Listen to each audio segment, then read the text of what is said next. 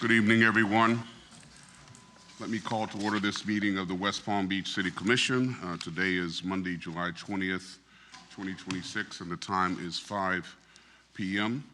We will begin this meeting, as we do all of our meetings, with a moment of silence, please.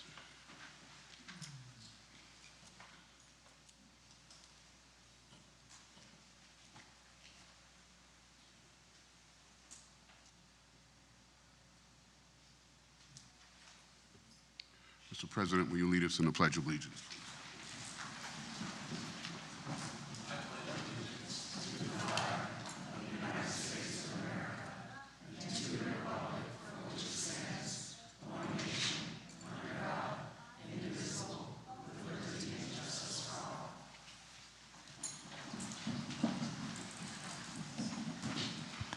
Let me remind everyone of the rules of civility and decorum which govern this body and this meeting. Officials shall be recognized by the chair and shall not interrupt a speaker. Public comment shall be addressed to the City Commission as a whole and not to any individual in the dais or in the audience. Displays of anger, rudeness, ridicule, impatience, lack of respect, and personal attacks are strictly prohibited. Unauthorized remarks from the audience, stamping of feet, whistles, yells, and similar demonstrations should not be permitted. Please govern yourselves accordingly, as offenders may be removed from the meeting. Also, anyone wishing to speak at this meeting shall complete a comment card for each item the person wishes to address, and that card shall include the person's full name, address, and the numbered agenda item. Please govern yourself accordingly, because if the card is not completely completed, then the person will not be recognized. Thank you. Madam City Administrator, are there any additions, deletions, reorganization of the agenda? Mr. Mayor, there is a correction to item 10.4, resolution number 166-26 regarding a commitment of funding. It is worded for the South Ridge Public Housing Development located at 3801 Georgia Avenue. The correct verbiage is for Roseland Gardens, and that correction should be noted wherever the misworded is in the agenda item. Okay, thank you. We do have a couple of proclamations, beginning with item 6.1, proclaiming July 2026 as National Parks and Recreation Month. Our Parks and Recreation Department does so much more than maintain parks and facilities. They create welcoming and inclusive spaces where neighbors build relationships, children play, families gather, and cultures intersect. From youth sports and learn to swim programs to events that support healthy development and joyful learning for residents of all ages and abilities, their work enriches the lives of residents every day. The City of West Palm Beach proudly recognizes and reaffirms the essential role parks and recreation play in public health, community safety, environmental stewardship, and economic stability. Continued investment in these services is fundamental to preserving the quality of life, well-being, and shared prosperity of all who call our city home. On behalf of the City of West Palm Beach, I want to thank our Parks and Recreation team for their dedication, professionalism, and commitment to serving our residents. Their hard work helps make our city a place where people can live, play, and truly thrive. I, Keith A. James, Mayor of the City of West Palm Beach, do hereby proclaim July 2026 as National Parks and Recreation Month in the City of West Palm Beach. Here to accept the proclamation are Leah Rockwell, Director of Parks and Recreation, Aaron Page and Todd Snyder, Assistant Directors of Parks and Recreation, and Angela Poco, Marketing and Community Events Manager.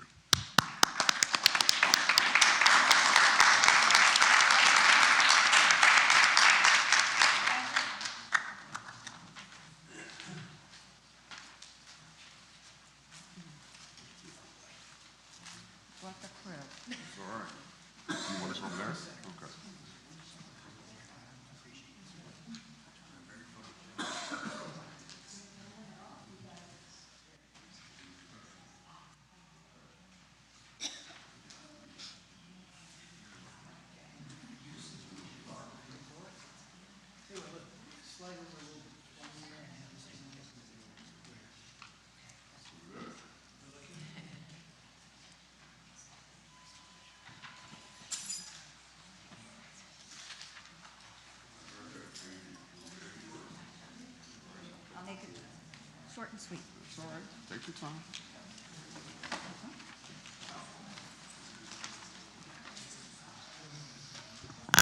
I actually had about 4 pages prepared, but I know that wouldn't have gone over well. Good afternoon. Leah Rockwell, Director of Parks and Recreation. The power of play. Mayor, Commissioner, Commissioners, Administrator Johnson, I want to thank you for this opportunity to speak as we celebrate Parks and Recreation Month, especially here in West Palm Beach. The power of play. That is this year's theme for National Parks and Recreation Month.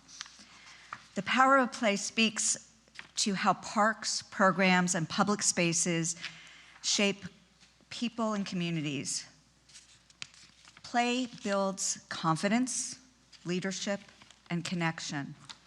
It teaches problem solving and cooperation, helps families bond, brings neighbors together, and creates the supportive environment where young people grow into future mentors, professionals, and public servants. As you know, many of our staff start out as camp counselors or on-call staff, and they have grown up through the ranks to even become assistant directors of our department. So there's a lot to be said about we grow our own here in West Palm Beach. Our parks and recreation system turns everyday moments, a game, a swim lesson, a walk in the park, into experiences that strengthen wellness, resilience, and civic pride across our city. I want to thank you for your support, for honoring the essential role Parks and Recreation plays in shaping West Palm Beach's future. We look forward to continuing this work and harnessing the power of play to keep our community active, connected, and inspired. And we couldn't do it with each and every one of our park staff, from our groundskeepers, maintenance workers, to those working with our kids in our after-school programs and our sports programs, the lifeguards teaching swim lessons, the tennis coaches out on the tennis courts, the event staff creating incredible moments for memories that are made. I thank each and every one of our staff, as this past Friday was National Parks and Recreation Professionals Day. So with that being said, thank you again for this proclamation and recognizing July as National Parks and Recreation Month.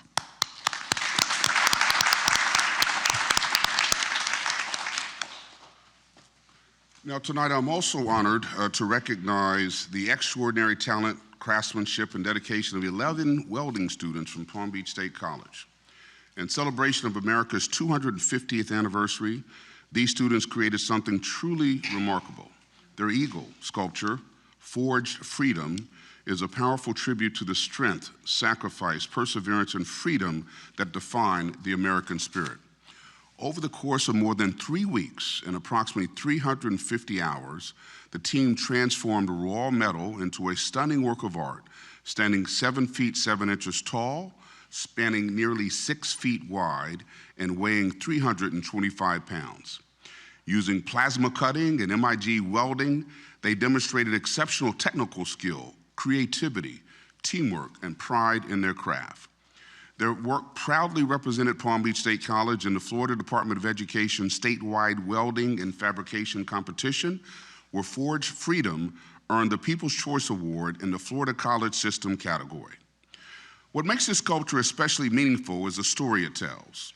The eagle symbolizes a nation that has endured for 2.5 centuries and continues to look ahead with resolve and purpose. The 3 I-beams symbolize stability, the 3 branches of government, and the enduring promises of life, liberty, and the pursuit of happiness. The climbing roses reflect the beauty of the American story, the sacrifices made by generations before us, and the belief that progress can rise from struggle and adversity.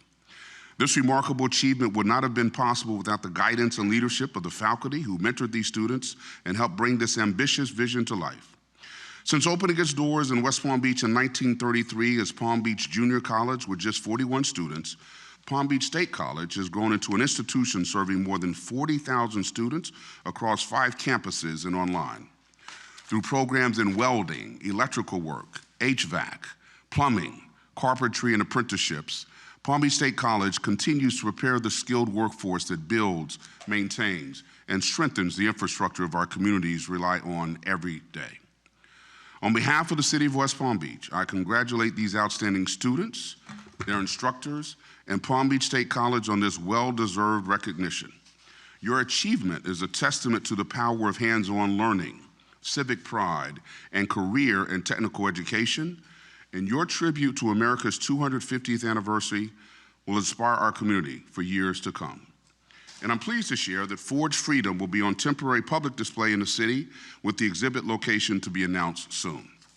So I, Keith A. James, Mayor of the City of West Palm Beach, do hereby proclaim Monday, July 20th, 2026 as Palm Beach State College America 250 Celebration Day in the City of West Palm Beach. Here to accept the proclamation on behalf of Palm Beach State College are President Ava L. Parker and Dr. Eligio Marquez, Associate Dean of Workforce, Trade, and Industry.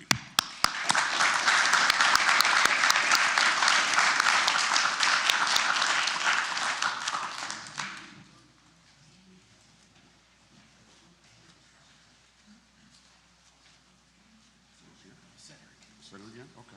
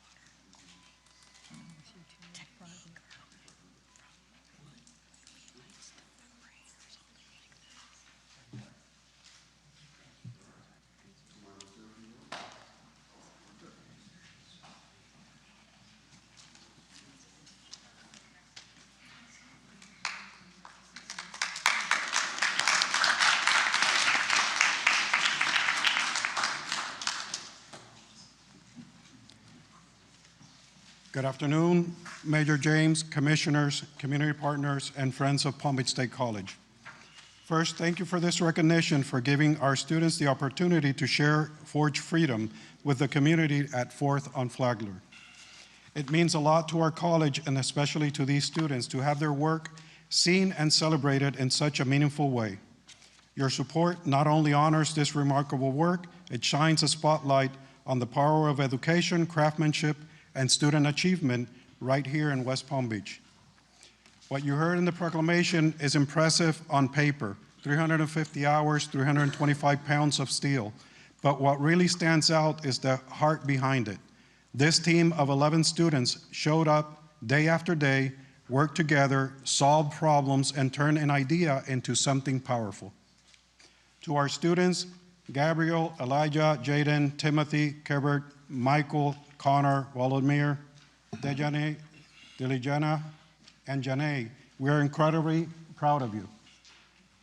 You didn't just build a sculpture, you built something that tells a story about resilience, about progress, and about where we're headed as a country. You have represented Palm Beach State College and the entire state of Florida with excellence. At PBSC, this is exactly what we're about, hands-on learning that leads to real skills, real careers, and real impact in our community.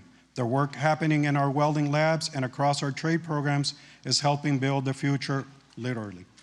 Major James, thank you again for your continued support of our students and our mission, and to this incredible team, congratulations. You've given all of us something to be proud of. Thank you.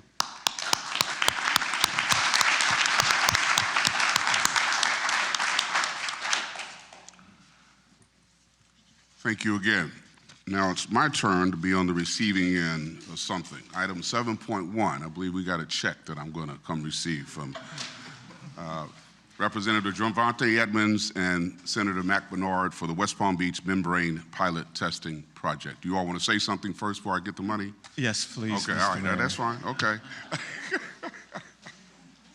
Thank you, Mr. Mayor, Commissioners, and City Administrator, and your City Attorney. On the 22nd of June, I was here, and Representative Edmonds was here, and we were able to provide a legislative update in regards to what happened in Tallahassee. And we talked about the exciting projects that were in the budget for the entire city of West Palm Beach. And so we're here to present one of the checks to the city of West Palm Beach, but I do want to go over some of the other projects that we're getting for the city of West Palm Beach, because if we don't tell the story, then the only other projects that's going to be mentioned are the projects that are vetoed. And so we're able to get 11 projects funded for the entire city of West Palm Beach, which totals $17 million, $478,775 projects within the city of West Palm Beach. Can you repeat that, please? Just say it again. So, Mr. Mayor, I will repeat it to Mr. Alan Sicklin because he is here, because he saw me before we came in, and he was like, you know, you're here to do a check presentation. You're a minority in the Democratic Party, so we're going to say that $17 million, $478,775 that the governor did not veto for projects in the city of West Palm Beach.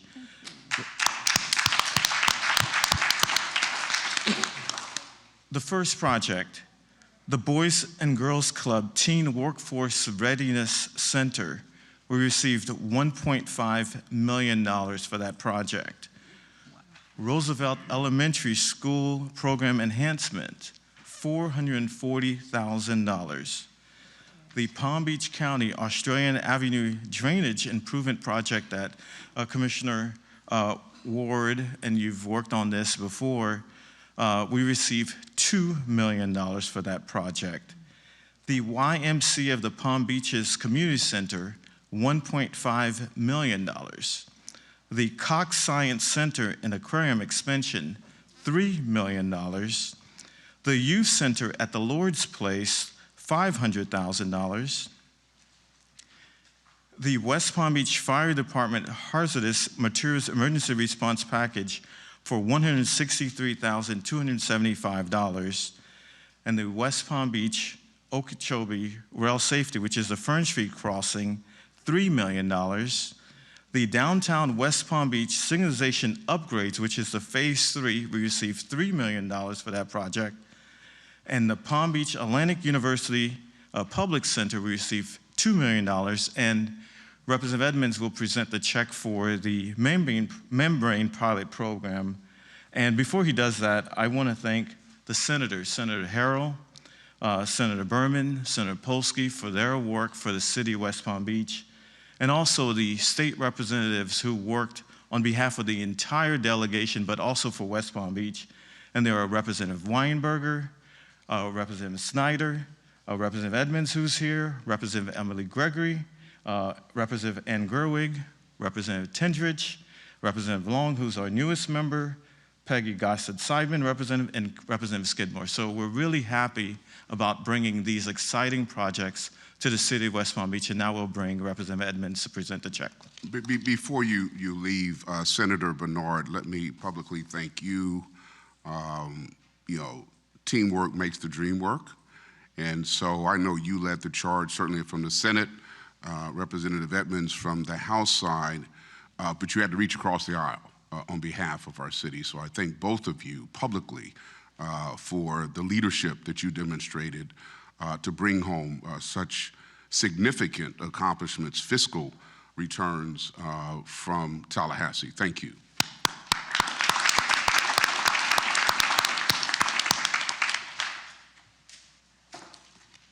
Mayor, commissioners, city staff, thank you so much for having me, and thank you for your great words, Mayor.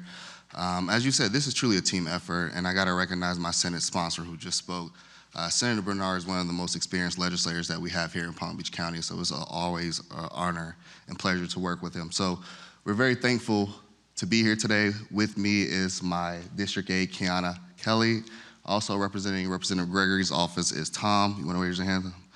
And so together, we're able to make this process happen. So we were able to secure $375,000 for the city water's membrane project. And this is very simple. The project will test technology that can turn water from a deeper underground source into safe drinking water.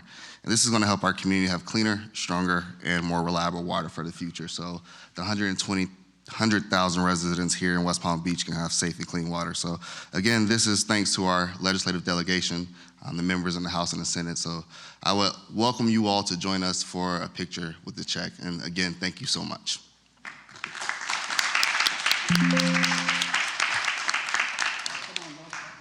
Come on, team.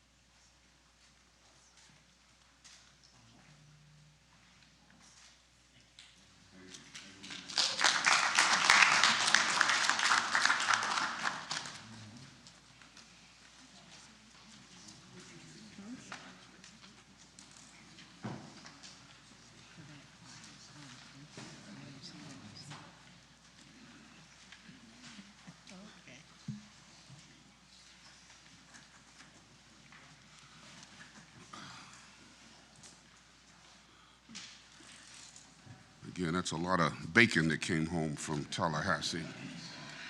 All right, we now are turning to some appointments, beginning with item 8.1. City Commission approval is requested for my reappointment of Peter C. Pivko to the Planning Board for a term of 3 years to expire on June 26, 2029. Mr. Pivko has served over the maximum allowed number of terms, which is 3, and therefore it is required that the City Commission confirm his reappointment. Do we have any cards on this? All right, if there are no questions or comments, I'll entertain a motion. Mayor, I move approval of the reappointment of Peter C. Pivko to the Planning Board for a term of 3 years to expire on June 26, 2029. It's been moved and seconded. Discussion? Hearing none. All those in favor of the motion say aye. Aye. All those opposed, like sign. Hearing no opposition, motion carries unanimously. Thank you. Item 8.2, City Commission approval is requested for my reappointment of Jacqueline E. Taylor to the Parks and Recreation Committee for a term of 2 years to expire on October 26, 2028. Ms. Taylor has served over the maximum allowed number of terms, which is 3, and therefore it is required that the City Commission confirm her reappointment. We have any cards on this? All right. Any discussion, questions? If not, I'll entertain a motion. Mayor, I move approval of the reappointment of Jacqueline E. Taylor to the Parks and Recreation Committee for a term of 2 years to expire October 26, 2028. It's been moved and seconded. Discussion, hearing none. All those in favor of the motion say aye. Aye. All those opposed, like sign. Hearing no opposition, motion carries unanimously. Thank you. Item 8.3, City Commission approval is requested for my reappointment of Ron Warnicki to the Nuisance Abatement Board for a term of 2 years to expire on April 29, 2028. Mr. Warnicki has served over the maximum allowed number of terms, which is 3, and therefore it is required that the City Commission confirm his reappointment. We have any cards on this? No, Mr. Mayor. All right. Any questions, comments? No discussion. I'll entertain a motion. Mayor, I move approval of the reappointment of Ron Warnicki to the Nuisance Abatement Board for a term of 2 years to expire on April 29th, 2028. It's been moved and seconded. Discussion. Hearing none. All those in favor of the motion say aye. Aye. All those opposed, like sign. Hearing no opposition, motion carries unanimously. Thank you. We will now turn to consent calendar, items 9.1 through 9.5. Commissioners, do you have any questions or comments? Items 9.1 through 9.5. Do we have any cards on consent? No, Mr. Mayor. All right. If there is no discussion, I will entertain a motion. Mayor, I move approval of the consent calendar. It's been moved. Is there a second? Second. Been moved and seconded. Discussion. Hearing none. All those in favor of the motion say aye. Aye. All those opposed, like sign. Hearing no opposition, motion carries unanimously. Thank you. Item 10.1, resolution number 161-26, approving a term sheet with Pinecrest Preparatory School for the sale of approximately 57 acres of city property for the development of a school. Mr. Fana? Good evening, Mayor, Commissioners. Armando Fana, Deputy City Administrator. So this evening, I'm going to give you a little bit of recent history on the property in discussion, as well as an update of the term sheet that was established previously for this property, and then what the next steps will be after this meeting. So let's start with a little bit of the recent history. Resolution 5425, which was passed in March of this past year, or actually the year before, in 2025, did a few things. One of them was declared the property as surplus property, and it's the southern 55 acres of the property you see on your screen. It also approved the original term sheet for what would be a potential future private school. At the time, there was no school that was identified or provider, so it was only listed as a negotiation for a future school. There was also appraisals done at the time, and in the resolution, it was accepted that the cost, the selling price of the property would be $6.6 million. And the City Commission added a provision during the hearing that any future appraisals would be the higher of a future appraisal or this $6.6 million. And I'll talk a little bit more about the appraisals as we move on. So the previous term sheet did not have an identified provider, as previously mentioned. Earlier this year, the school was approached by Pinecrest School, which is one of the most prestigious schools in Florida, if not the country. They've received national recognition for academic excellence, including the National Blue Ribbon recognition and Presidential Scholars, among many other recognitions and awards. I mean, they are a fantastic school. The mayor and I had an opportunity to tour the school back in May, and I came away extremely impressed, not just with the campus itself, which was absolutely beautiful. The security of the campus was top-notch. The faculty we talked to was fantastic. But the thing that what impressed me the most was the students and getting a chance to interact with some of the students. We had students that gave us a tour, as well as students that we interacted with throughout the tour that we were given, sometimes impromptu interactions with the students.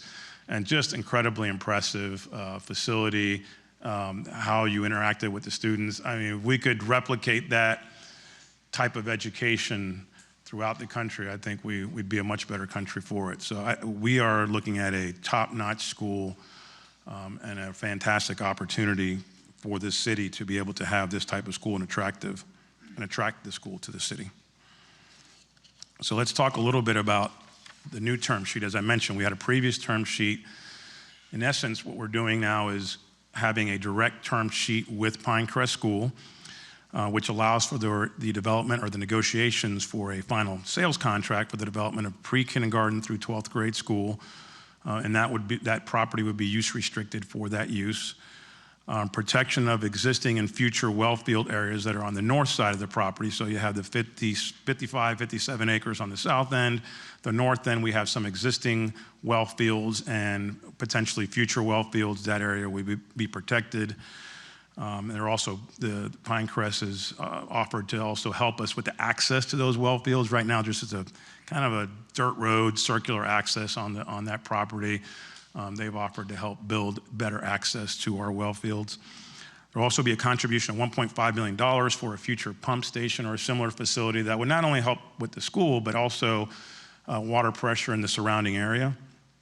As I mentioned, the construction of the access roads, financial assistance for students of the city of West Palm Beach who qualify for entry into the school. And think a lot of you have met with the school, and they have an extensive financial assistance program. I mean, in some cases, over 90% of the tuition, plus assistance with other types of expenses that they may have, whether it's laptops or extracurricular activities, are also included in their financial assistance, which is need-based financial assistance program. And then 18%, a minimum of 18% of the cost of the construction would be set aside for certified small businesses in Palm Beach County or certified with the city. Let's talk a little bit about the sales price and the appraisals. So as I said, there was 2 appraisals, actually it was 4 appraisals done previously, and the average of the appraisal that was brought to you back in 2025, the average was 6.6 million, a little over 6.6 million. Those appraisals were updated in April of this year, 2026, and the appraisals actually averaged out to a little over 5 million, so it was less than the original $6.6 million. Now, the question has come up before, I think in the previous time I was before this body in 2025, as to why is it $6.6 million? So there's factors that go into that, that the appraisal takes into account. The main factor is that this is restricted to a school use. If we were to open this up to any kind of use, or even let's say a housing at 32 units an acre, and you're building multifamily housing or single family housing, of course the appraised value would be much higher. What is only allowed for here, and that would be deed restricted, is a school use. So that is the biggest impact in terms of valuation. You're also looking at basically a virgin site. There needs to be a lot of demucking and site preparation for this site. There is a wetlands mitigation credit that needs to be paid to the state. I believe it was about $1.5 million. That was not taken into account in the previous appraisals. We did not know about that. So that is a new valuation deduction, I should say, that was not previously there. And then, of course, the water pump installation that I mentioned as well. So, these appraisals are not done by the city or by anybody else. It's a third party that city has hired. We've had 3 appraisals now over the last 2 years, and they've all come out to more or less the same thing. So that's where we're at in terms of valuation. So as ordered by the commission at the last hearing that we did on this, it would be the higher of the either the newest appraised value or what was previously agreed to. The higher in this case is the previously agreed to $6.6 million. So that it is what the sales price would be. So I'm going to talk a little bit about demand for private schools. And I don't think it's lost on this body or anybody maybe in this room that the city of West Palm Beach has experienced a high demand for all kinds of amenities within the city. Ever since COVID, obviously, we've had a lot of capital that's flowed into the city of West Palm Beach. We've had high demand for new condos. We've had high demand for single-family homes. We've had high demands for high-end restaurants and shopping. And all that has taken place over the last 4 years. That also extends to private schools, where there has been an increase in demand. Oh, I'm sorry.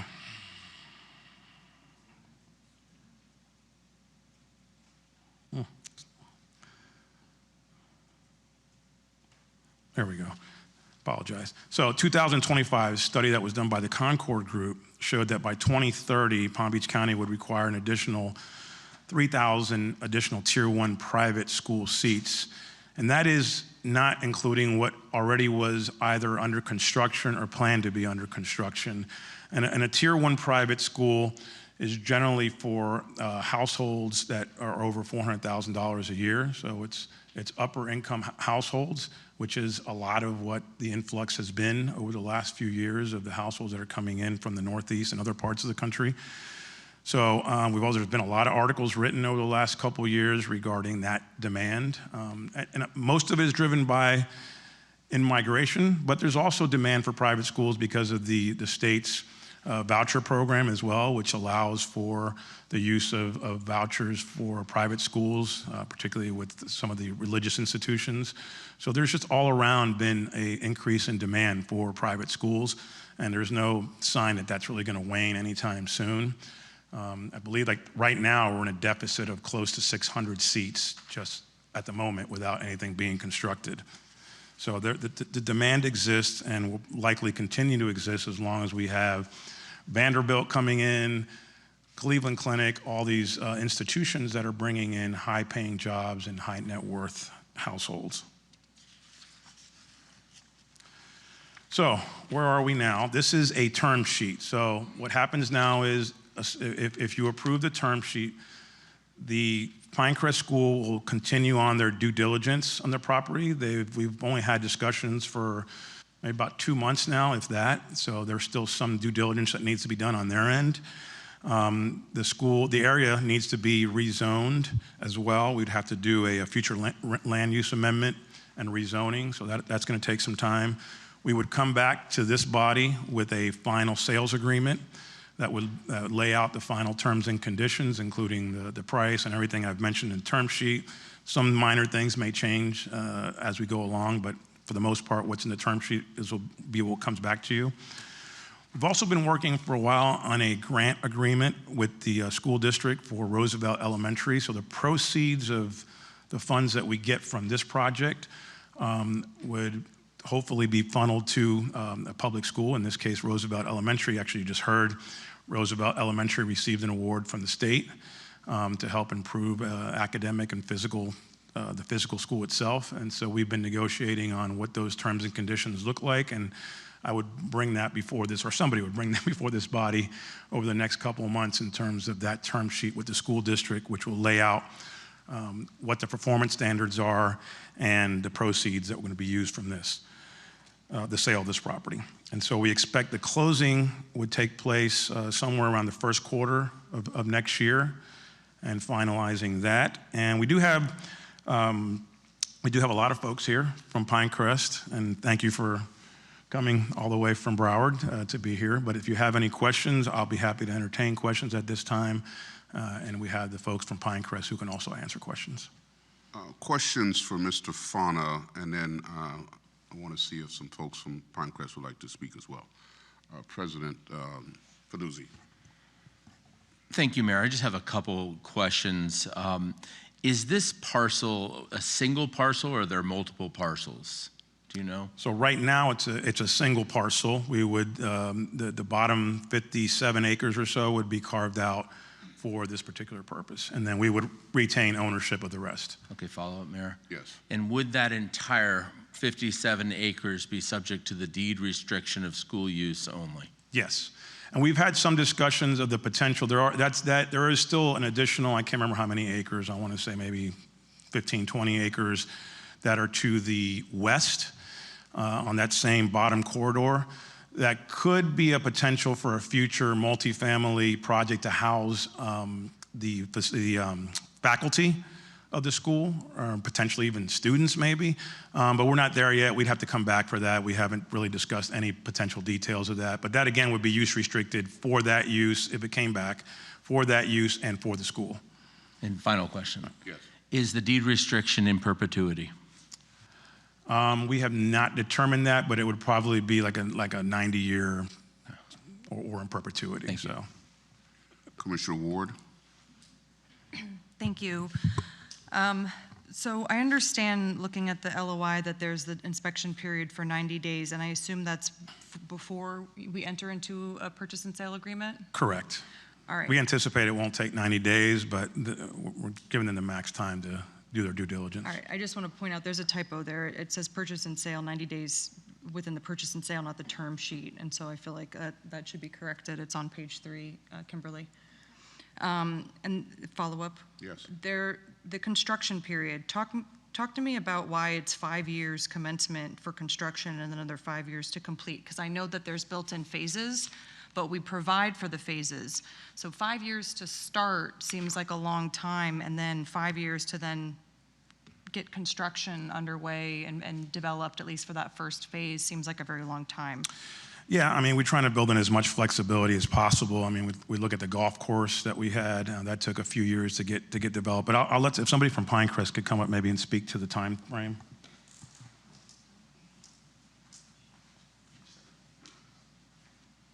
Hi, Commissioners. Todd Rosenberg, Chair of the Board of Trustees at Pinecrest. Thank you so much for having us here today, and we are very excited. To answer your question, Commissioner, as Armando said, the goal really is to just build in as much cushion.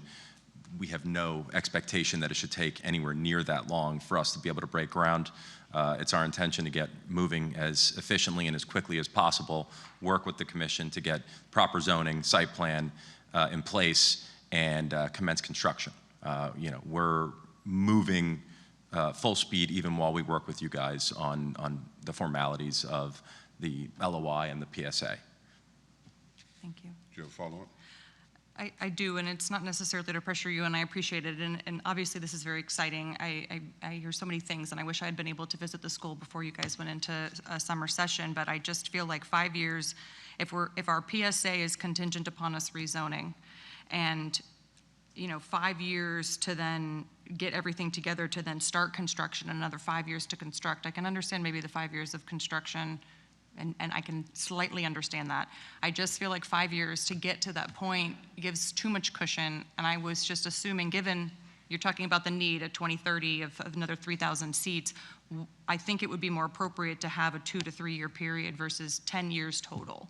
And given the fact that we only have $100,000 for liquidated damages is another concern that I have. But I'm assuming that also is contingent upon there being a reverter in the event that we don't follow through. This is more for, sorry, Armando, not you, because it doesn't mention anything about that in the term sheet. There's only the liquidated damages of $100,000, not necessarily what happens to the property and how we take it back. Yeah, when we get to the final sales agreement, there will be clauses in there that allow us to revert if there's no school built. If it is the Commission's desire to shorten that time frame, we can certainly build that into the final sales agreement and have it, or it could be like a 3 year with a 2 year extension with some conditions if they can't, whatever, there's a hurricane or something else happens in an act of God, that we could then extend that period of time. If that is the desire of the City Commission, we can certainly build that into the final sales agreement. Right, I feel like we're all working in good faith here, but I just still feel like that to me shows, hey, we're really actually taking this seriously and we really want to move forward, but I leave that to my colleagues as well. Did you want to address that at all, or? Yeah, by the way, I think that's not a bad idea. Again, I think there's a lot to flush out in the PSA. Very good suggestion. We're, like I said, in no way, shape, or form looking to take anywhere near the 5 years. So I think we can definitely shorten up the time frame subject to normal force majeure, tolling, things that would be beyond our control. Commissioner Warren. Thank you, Mayor. Just for Armando, Right. thank you. Just 2 quick questions. Could you just confirm, was it 57 acres or 55? It's 57 acres. There are two additional acres that are going to be used for an access area, so that they weren't in the original appraisal. However, we know what the valuation of that is based on the per acre valuation, and we've been working with them on the final sales agreement. There'll be some concessions on some things that they're going to do on our behalf, such as the road, that would contribute to that gap, if there is a gap. Do you have a follow-up? Yes, thank you. And in reference to the infrastructure, so Pinecrest is solely responsible for infrastructure, or will this come back before the city for additional That's correct, requests? yes. They will be solely responsible for all the development on the site for their school, and including the access road, which is not part of the 55 acres, including the pump station that I mentioned. They would be responsible. The pump station will be responsible to contribute to it, but everything else they're going to be building, and they'll be responsible for all of it. And there could be a traffic signalization depending on what comes out of the traffic analysis, but all those types of improvements would be on them. Thank you. Commissioner Fox. Thank you so much. I wanted to ask about the financial aid. I'm not sure if this is something you know, Armando, but I'm wondering if we can include in our contract a certain percentage of the financial aid going towards West Palm Beach residents, should they qualify. I know that there's a qualification needed to get into the school, and the tuition assistance that might be needed, but it would be great to be able to prioritize West Palm Beach residents Yeah, for some of these. I think there is some language that we can include in terms of prioritization. It's sort of hard to determine percentages because they have to qualify for the school academically, but if anybody wants to address that from Pinecrest. Yeah. Thank you, Mayor and Commissioners. We're excited to be here tonight. Yes, it's quite If you hard could to- just, we're taping it, so if you could just state your name for the record, please. Thank you. I'm Dana Markham, president of Pinecrest School. We are need-based, so it is hard to qualify at an exact number. Right now, we give 15 to 18% of our schools in Broward and Boca Raton financial assistance, and that includes inclusion aid, which Armando did allude to earlier.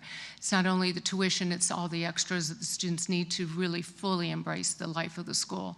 So with that said, we will give priority. We'll waive the application fee. We'll give priority access to come in early, apply early to the residents, and then review their applications as soon as possible. Follow up. Now, I will allow Representative Pinecrest, if you just want to present, you know, your approach, rather than just answering questions, if you had any remarks you'd like to share with the commission, please. Sure. Thank you. Pinecrest has been rooted in a traditional education for a while. While we embrace the progress that has been central to our Pinecrest mission, since founded over 90 years ago, we have maintained an unwavering commitment to education excellence while continuing to evolve to meet the needs of the next generation. Pinecrest has prepared a new kind of leader, one who's adaptable, fluent in both algorithms and their consequences, capable of guiding human and AI teams. They are ready to lead whenever the future demands and do so with integrity. We also want to be good community partners, and I have some of my colleagues here who wanted to speak for a minute about the impact we could have on the community. Absolutely.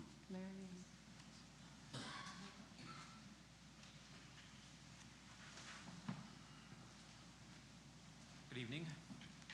Mr. Mayor, Commissioners, my name is Lawrence Malone, Vice President of Fine Arts for Pinecrest School. Service to others is a core value of Pinecrest School students. Our faculty, staff, and students contribute thousands of hours each year to improving life in Fort Lauderdale, Boca Raton, and well beyond. Some examples. Just this past year, Pinecrest School students collectively contributed 56,684.5 hours of community service through organized programs, student-led initiatives, and individual volunteerism. Students and faculty regularly partner with public schools, nonprofits, food banks, animal shelters, environmental organizations, faith communities throughout Broward and Palm Beach counties. A few examples. Playing for Change is a student-run annual fundraising concert event. We garner contributions from the audiences, completely student-produced and organized. Some of the recipients have been the Joe DiMaggio Children's Hospitals, Volta Music Foundation, which is a group that provides instruments for needy students. Souls for Souls is a faith-based organization that our students work with to help provide shoes for children in need. Even our younger students are directly involved. During the 25-26 school year, Pinecrest lower and middle school students contributed an impressive 4,749 hours of community service across 201 dedicated school day hours. Pinecrest facilities teams and staff and faculty adds that impact by volunteering many hours to help deliver collected goods and donations to needy organizations. And finally, Pinecrest faculty and staff serve as volunteers, board members, coaches with local civic organizations, youth sports leagues, arts groups, and community foundations. Thank you. Thank you. Anyone else from Pinecrest wish to speak? Well, listen, thank you all for coming. I did have, as Armando said, did have the opportunity to tour the school. Absolutely fantastic. This will be such a tremendous asset to our community, and the fact that boys and girls from West Palm Beach will have the opportunity to attend a school of the caliber and quality of Pinecrest will be transformative to those students' lives. I predict that. So I'm totally in support of this. Any other comments from Questions from the dais? Commissioner Ward? Just not to belabor this, and Armando, this is for the chair, not you, for you, but do you remember or recall, obviously the Boca campus was the newer campus, how long it took from acquisition to when you guys had your first students go? What was the timeline on that? So it was a little different because Boca Academy was an existing school. Okay. It was not a brand new ground-up Construction, okay. construction project. I would say that we are aligned in wanting to get open as quickly as possible with you. The sooner we can establish our footprint here, the better it is for Pinecrest, the better it is for the community. And I would tell you that we're going to start establishing our roots in the city of West Palm and the greater market long before the school actually opens. We're going to be looking for temporary methods to start reaching out to the community, running programs, et cetera, maybe renting office space where we can have, certain classes beginning, attempting to, maybe do a summer camp, et cetera. So it's absolutely our goal to immediately upon getting the ability to move forward to start working with the community and with the city. Establishing Pinecrest as hopefully a major component of, this part of the county and the city of West Palm. Follow up? Yes. And I know I asked this when we all met, but just, I don't know if plans have changed. What are the target starts of the grades? Are you starting lower grades or middle? So as of right now, it is our intention to do pre-K through 12. So, right, well, but you're The whole not going to thing. try, no phases. No phases. Oh, big, okay. Thank you. Commissioner Warren? Thank you, Mayor. It's been a long time since we met, and so if you could refresh my memory, what were the number of scholarship seats that you were planning for? Scholarships or seats? What's the difference? Well, you mean total seats, meaning how many seats are, how many students are we going to offer versus how much financial aid? The number of seats. Yeah, sure, but I don't know if we're talking about financial aid or just I total think you're seats. referring to financial aid. I am. Yes, Okay, you are. sorry. Thank you. Thank you, Commissioners. Nancy Green, I'm the Vice President for Finance and Operations for Pinecrest School, and I'm pleased to address your question. So basically, that is challenging to say because we don't know exactly what the size of our student body will be upon opening, but just to give you kind of a perspective, currently about 15% of our student population receives financial assistance of some sort at some level depending on their need. So again, it would vary with the student body. Right now we have 400 students, just over, out of our full student body on aid. So. Thank you. So the intent behind that is to provide opportunities for students that may not have had the ability to qualify financially. Absolutely, 100%. That's the goal. Thank you. Thank you. I think it should not also go understated the benefit to a public school, Roosevelt Elementary, which is in dire need of support. So this is a win-win. And I don't know if in this city's history, if we, the city, has contributed such a significant amount to a single school ever. So the fact that we're able to use these proceeds to invest in a school with such significant needs as Roosevelt Elementary, I think is also outstanding. President Peduzzi? Thank you, Mayor. And I think that's a point well taken. I think we need to take into consideration that Roosevelt is going to benefit significantly from this. But it does concern me as well that 15% of students receiving financial aid, my understanding, is a fairly low number when you consider private schools in our area and the percentage of students who receive financial aid. But I guess it all depends on who needs the financial aid, who's applying, and who needs the financial aid. But I would think, and this may be more for the applicant, 15%, I said it during our private meeting, seemed a little low to me. But I don't have the exact numbers from other schools. But my understanding informally is that that's on the low side. And I'm not sure if they can address that for us.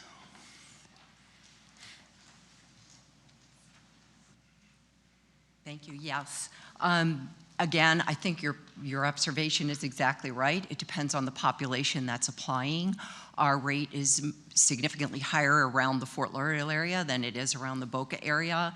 Again, where we're positioned in that community and the housing developments surrounding it are different and look different. So it definitely is subjective to who is applying and how it's, but that's not a magical number for us. We're not saying that's what it has to be. It might be larger in the West Palm Beach market once we arrive here. But I was just sharing with you kind of where we are now from that perspective of the two campuses we currently hold. One more follow-up question. Yes. Do you, and I may have asked this before, I don't remember the answer, do you accept that state, I think it's Step Up or scholarship? Yeah, thank you for asking that. No, we do not accept any vouchers or state-funded money. We've made an active decision that we want to be able to remain independent and not subject to perhaps laws that could be easily changed.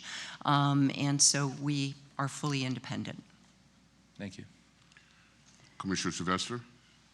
Thank you. It has been a while since we met. Probably your question. How many, where do you plan on recruiting teachers? From here, or they're coming up from Lauderdale? Oh, no, we would be looking all throughout, the community, meaning, of course, West Palm Beach as well. So, I mean, we wouldn't be restricted. Okay, thank you. Yeah. If I recall correctly, one of the other services you provide is training for other teachers. It may not just be your teachers, but teachers throughout the surrounding areas. Is that correct? Can you Yes, that is describe correct. Yes, we do a lot of teacher training as well as administrative level training for all educators. And we have a little section of our program called PC Next, and it's developing and ensuring that we are making the community stronger in that space largely. Thank you. Commissioner Warren?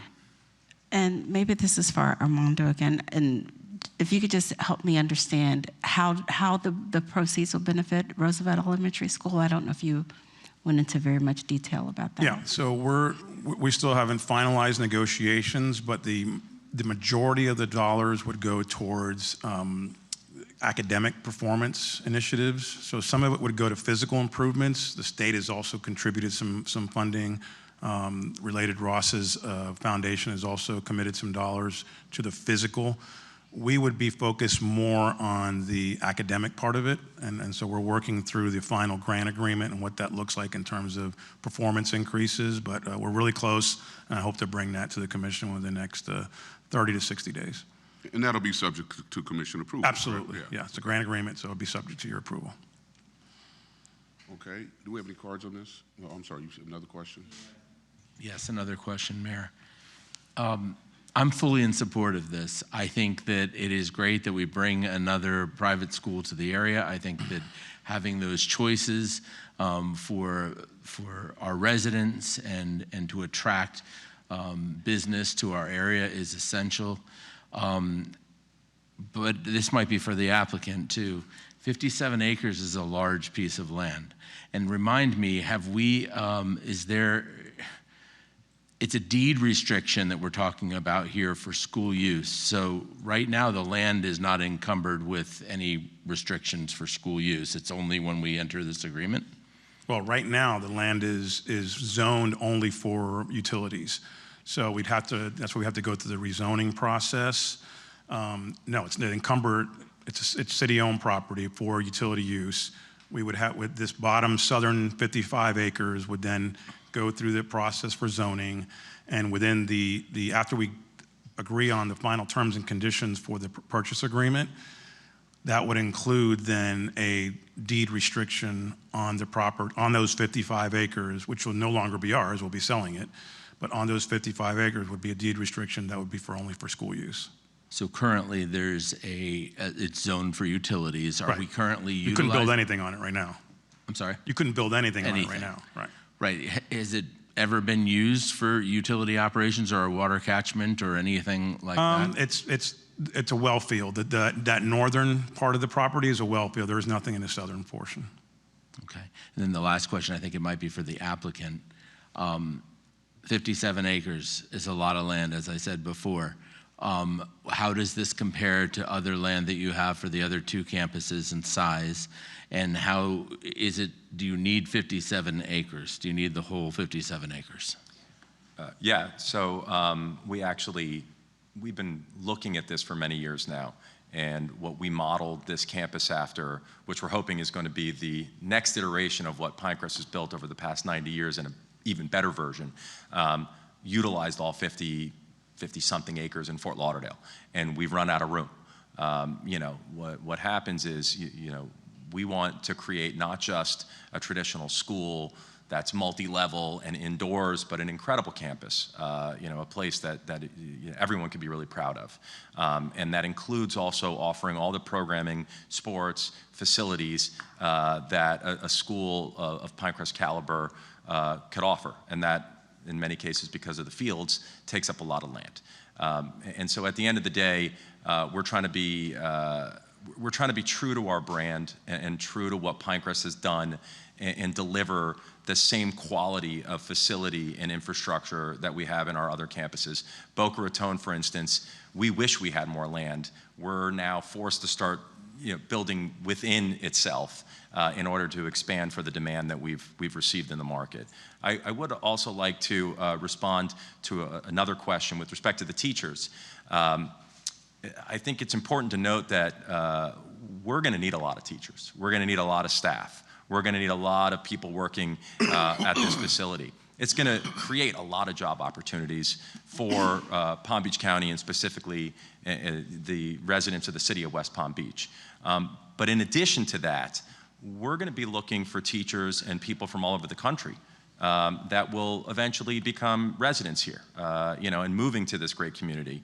And these are going to be people who are incredible facilitators and administrators and teachers are now going to be right here in our backyard. So I think the opportunity really is going to be spectacular to be able to create this facility that will attract what I consider to be top talent from all over the country. Follow up? Yes. So you've got 50-some acres already in Fort Lauderdale. Yeah.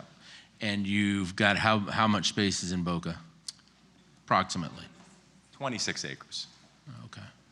And if you came to Boca, happy to show you around, you'd see it's jammed.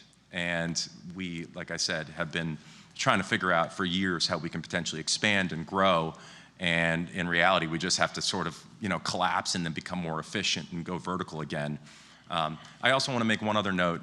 We were talking about financial aid, and I think it's a very important point, that Nancy made.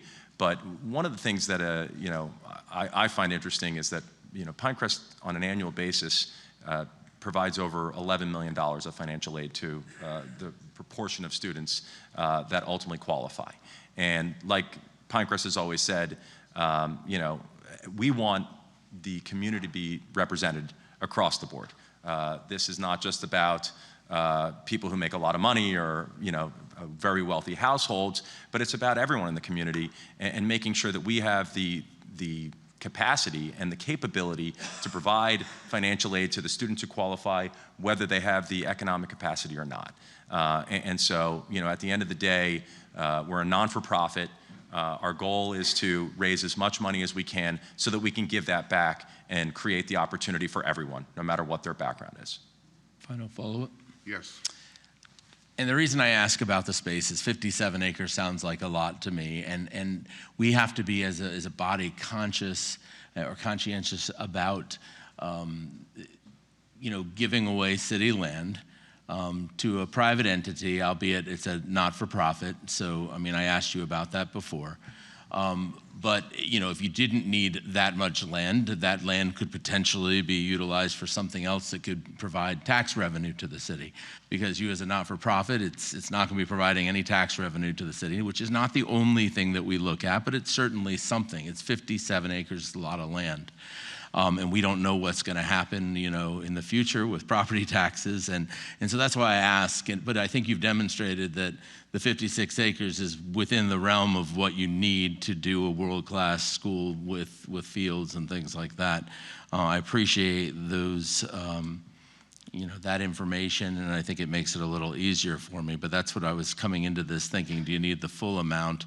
Is there any way that we could preserve some of it for future use for something else? But I understand. Commissioner, there's been a lot of discussions over the last year and a half, so some things don't come to me until later. But one of the things that we've discussed with Pinecrest, and we discussed even previously when there was even discussions of a potential school going here, is the northern part of that 55 acres would be restricted to like green space and fields, because we want to reserve some flexibility on potential future well fields, or future wells, I should say. So that was one of the kind of the restrictions we placed upon their site plan that frankly restricted their ability to maneuver a little bit within that site, within that footprint, was to have everything north be green space and fields. So my apologies, I kind of forgot to mention that, because that is a factor in this 57 acres. All right. No, take how many you want. Commissioner Sylvester. I think it is your intent to offer at some point workforce housing for teachers. We've had discussions on that. I just depends. I think the primary goal here first is to make sure the school part of it is taken care of, and then if there's an opportunity to do that, I think it would be great. We could do that. Certainly it reduces the potential traffic in the area. There's a lot of benefits to it, but we're not there yet. Okay. Well, my question is that included in the 56 acres? 57? No. Okay. Commissioner Ward. You brought up something I'm glad. So the well construction, I know that the school is going to contribute not to exceed 1.5. What are we thinking the entire project's going to cost? Or is that about what we're approximating the entire cost to be? The entire cost of? For the well, we're constructing the pump well? Station, yeah. The pump station? Yes. The pumps are more than that, so we would be covering some of it. They're about probably like $2.5–3 million. We have an initial design that was done many years ago for a pump station there, so we'll save some money probably in terms of design work, because some of that's been designed already. But we still haven't completely priced it out, but that's a guesstimate. Follow up? Yes. But this pump station is necessary for the operation of the school, or is it going to be also for the adjacent communities? No, the thought was, because we already there was some preliminary plans for a pump station there to increase the, and as folks who know out west, sometimes there is a little bit less water pressure. So there was already discussions and initial design work for a pump station out west to help with that pressure issue. The school, I don't think it would be required necessarily, but it would be helpful for them, but also for the community, just to increase that pressure. So it's a bit of a bonus. I don't think there would be a need necessarily to do it. That also has to be, once the civil engineering plans come in, we're not even in a site plan review cycle yet for this project, would determine that. But as far as I know, the capacity was probably there already. Commissioner Warren. Thank you. And we did talk about this when we spoke originally. We talked about scholarships and we talked about percentages. And I went back and looked at some of my old notes and some published financial aid information just for reference. The Benjamin School has a 17% financial aid for their students. Oxbridge is at 29%. Cardinal Newman is at 33%. King's is undisclosed, and American Heritage is about 35% scholarship. So I think that those are comparable numbers that should be taken into consideration. Any other questions, comments? Commissioner President Peduzzi.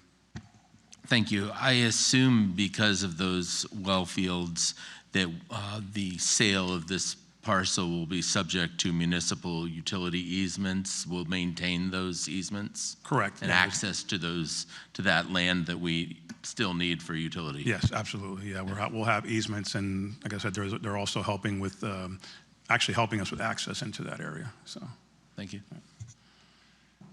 Any other comments? And just so you know, this has been thoroughly reviewed by Public Utilities Engineering. We've, even way before Pinecrest, we've been looking at this in a very comprehensive way. We have any cards on this matter? Mr. Mayor. All right. If There's no discussion, no cards. I will entertain a motion. Mayor, I move approval of resolution number 161-26. It's been moved. Is there a second? Second. It's been moved and seconded. Discussion? Can I have discussion? Yes, Commissioner Ward. I know by the terms it's not binding, and it even says it in there.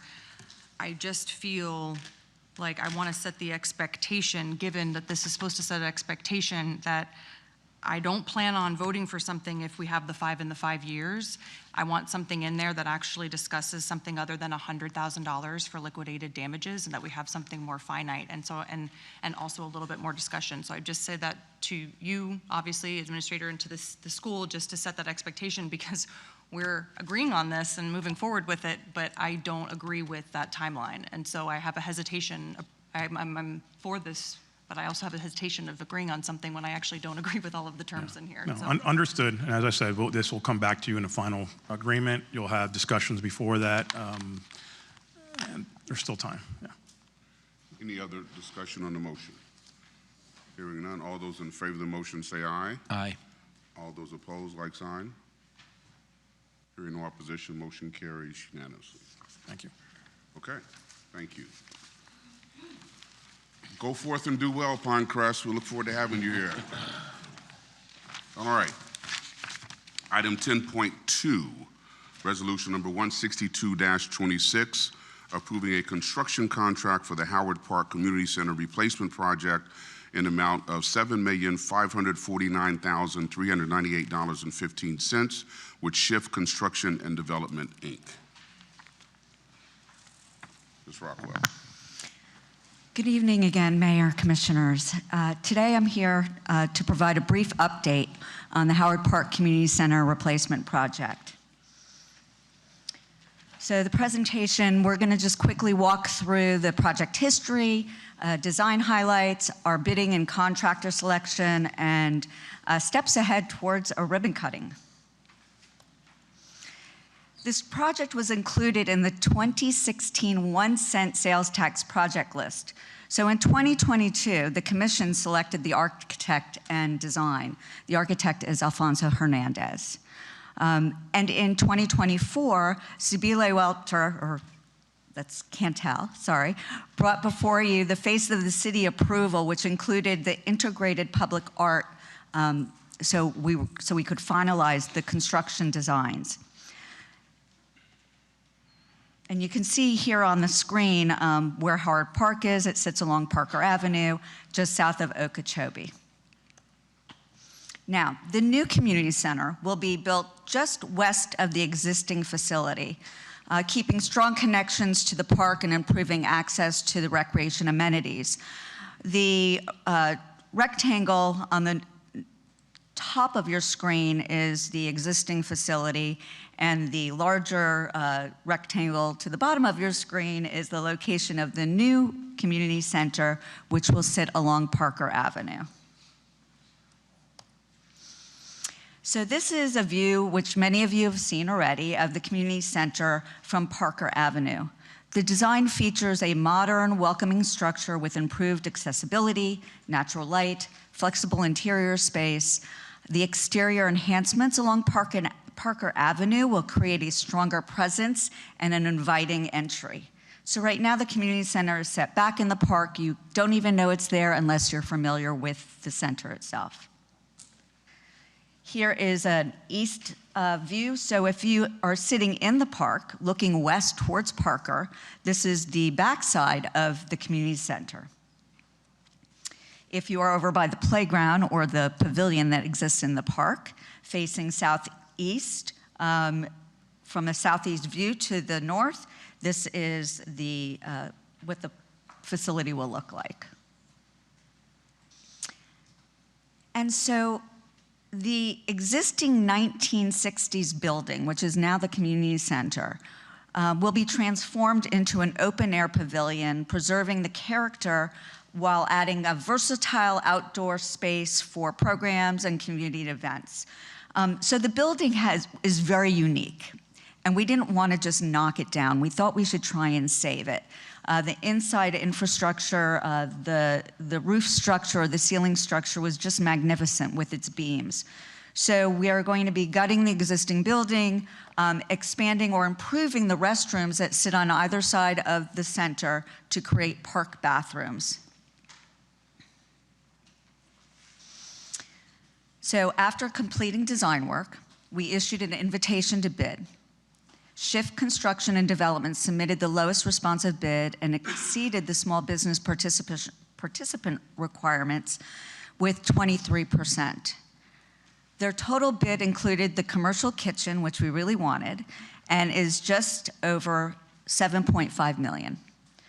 Per code, section 6694, this contract requires commission approval. I've included a slide that shows like the interior of the building because we always show you the exterior, but inside the building you'll see the two rooms with the squiggly colorful lines. Those are multi-purpose rooms. One is very large, the other one is a good moderate size, and then also a dance exercise room. There's also going to be a cafe there so that residents can come and have a cup of coffee. There'll be internet so they can do work from the community center. And they'll smell from this commercial kitchen that we've put in, the smells of fresh baked cookies or muffins or something, so maybe they'll want to come and sit and hang out more here in the park. There's overhang, so there'll be lovely seating outside in the winter when the weather really allows us to sit outside. So it'll be a beautiful space for people to come and hang out and enjoy. So with that being said, I want to thank you for your time, and staff recommends approval of Resolution 16226, authorizing the construction contract with Shift Construction and Development, and I'm happy to answer any questions. Thank you very much. President Peduzzi. Thank you, Mayor. So I see that Shift Construction was the lowest responsive bid. Have we had prior experience with Shift Construction? Do we know that they're capable of performing and doing it well, other than them just being the responsive bid?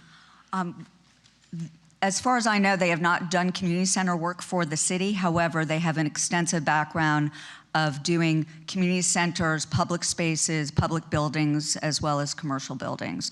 So when we look at the companies, we also look to see from their proposals the type of work that they've done, the scope of the work, how much those projects cost to make sure that they are capable of doing this job. So follow up.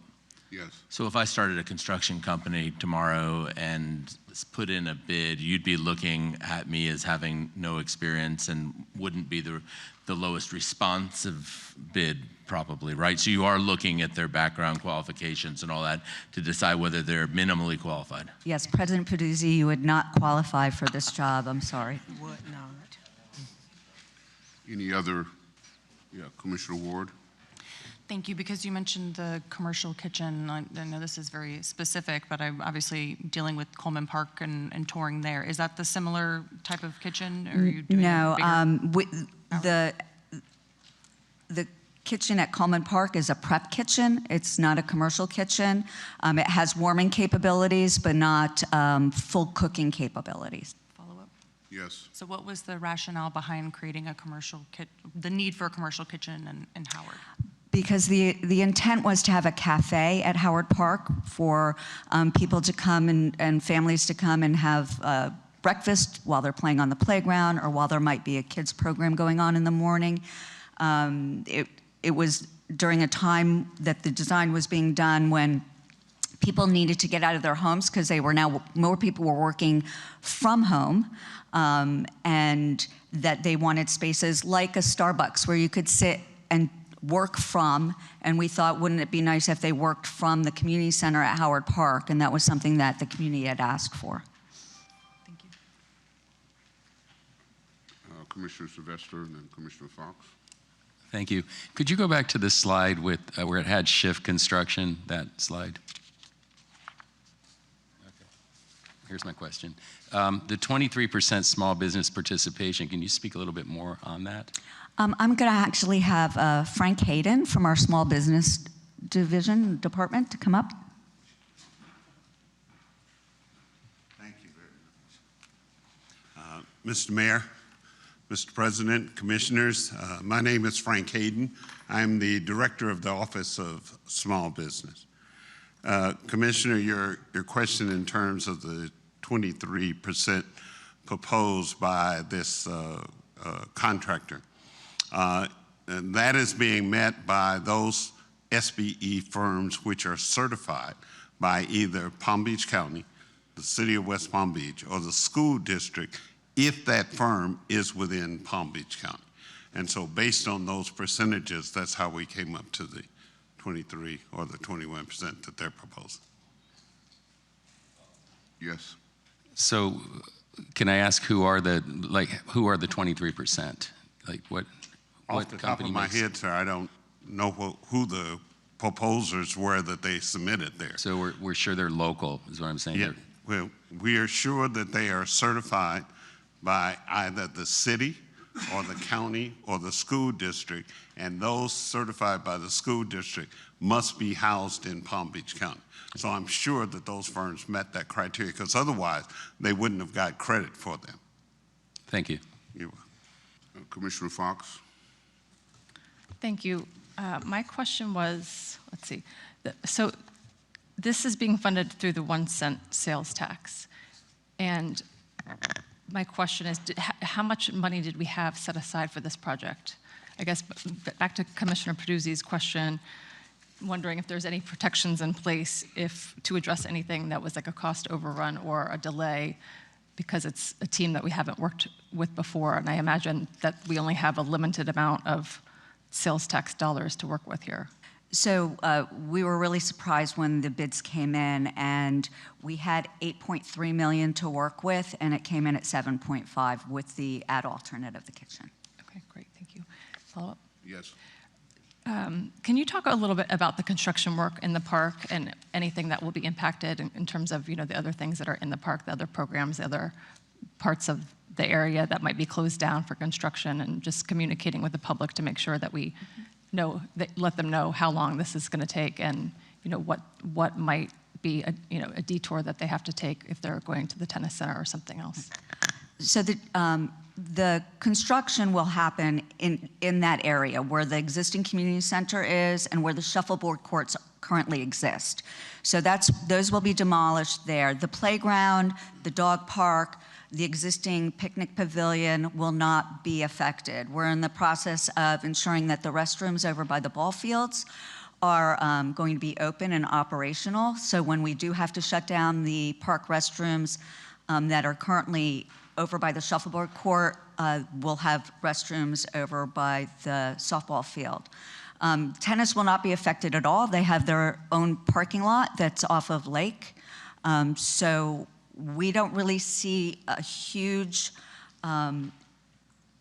issue with the park not being able to use, because the whole area just where the community center is going to be built will be the only area that will be closed off to the public. Commissioner Warren and then Commissioner Ward. Thank you. I'm not opposed to the city taking on new contractors and doing business with people that we have not done business with previously. I rely on staff to have done due diligence, and I do see that apparently the SHIF currently has an A+ Better Business Bureau rating, which is independent of what we do here, but I do see that they have a strong rating. Do you know how many municipal projects they've actually completed? I do not know off the top of my head, but certainly we can get that and share it with the commission if they so choose. Thank you. Commissioner Ward. I don't expect you to know everything about like the staging and everything for construction, but Commissioner Fox's question makes me kind of curious about staging, because if they're not closing down any other areas, where are they all going to stage for this construction? It's quite a big project. I believe first we have to meet with them to talk about their staging. So we don't know how they're going to phase in the pavilion, or should I say the existing community center that's going to be gutted, and then the new community center. So they may do one and then the other. So then they would stage in one area and then they would move over to the other. The area that there's a whole area to the, and of course, we'd have to talk to the contractor, but I don't see the park being shut down. I don't see the playground being shut down or the current rental pavilion being shut down, because there's a great deal of space over there that construction can take place, and staging as well. Follow up. Yes. Just a comment, because I feel like they're in the room. Are they in the room? Is Shift Construction in the room? The applicant? No, they are not. They're not here? That's interesting. Okay. Any other questions from the dais? I just, follow-up comment. Yes. Given all the parking issues, one, I can't believe they're not here for this. I'm kind of shocked by that. But given all of the parking issues that have been happening in the neighborhoods, I really want us to press upon a parking plan, making sure that they know that they're responsible for their subcontractors, that they can't say, oh, that's not our people, that's our subcontractors parking in the neighborhoods, because it's happening all over the place, and we need to make sure that we're being very responsive and responsible, and then making sure that we're following up and monitoring who's parking where.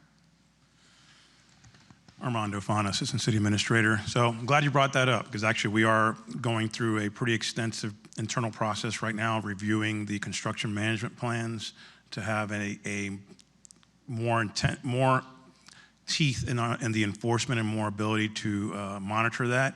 So we will actually be coming back to the City Commission by within the next 30 days with a amendment to the code to allow for greater enforcement and a little more teeth on how we manage the construction parking, because we recognize it's an issue. Any other, Commissioner Fox? Thank you. I don't want to delay this process because I really want to get this moving forward. But I think that we have discussed some important points here tonight, and especially talking about the parking and the staging, because if some of the park has to be closed in order for staging, in order for it to not impact the neighborhood's parking, that might be something we need to discuss. But I also don't want to have to close the park. So I guess when you continue talking to the Shift Construction about what their plan is, would you be able to just keep us in the loop so that we can communicate with the neighbors? I will certainly share that information as it becomes available to us. Okay, Yes. great. Thank you. Any other comments from the dais? We do have one card. Michael Cleveland.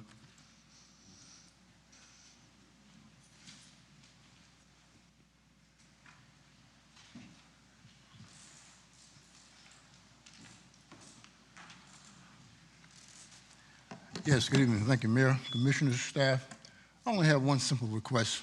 Out of all the construction projects in the parks underway and probably completed and scheduled, slated, my concerns is that the waste on these projects. I know in Pleasant City there was quite a bit of waste, money was spent. So I'm going to ask, how can I be privy to information on all the projects, on the budget that was planned for the project, and the final cost of it, of all the parks in the city that's either been completed in the process of being completed or slated to be done, if that's possible. How would I get that information? Someone can tell me. You could file a public records request for that information.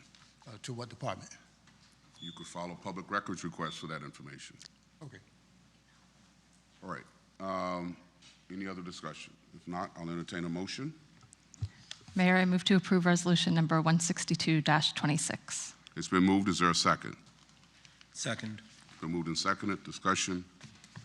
Hearing none. All those in favor of the motion say aye. Aye. All those opposed, like sign. Hearing no opposition, motion carries unanimously. Thank you.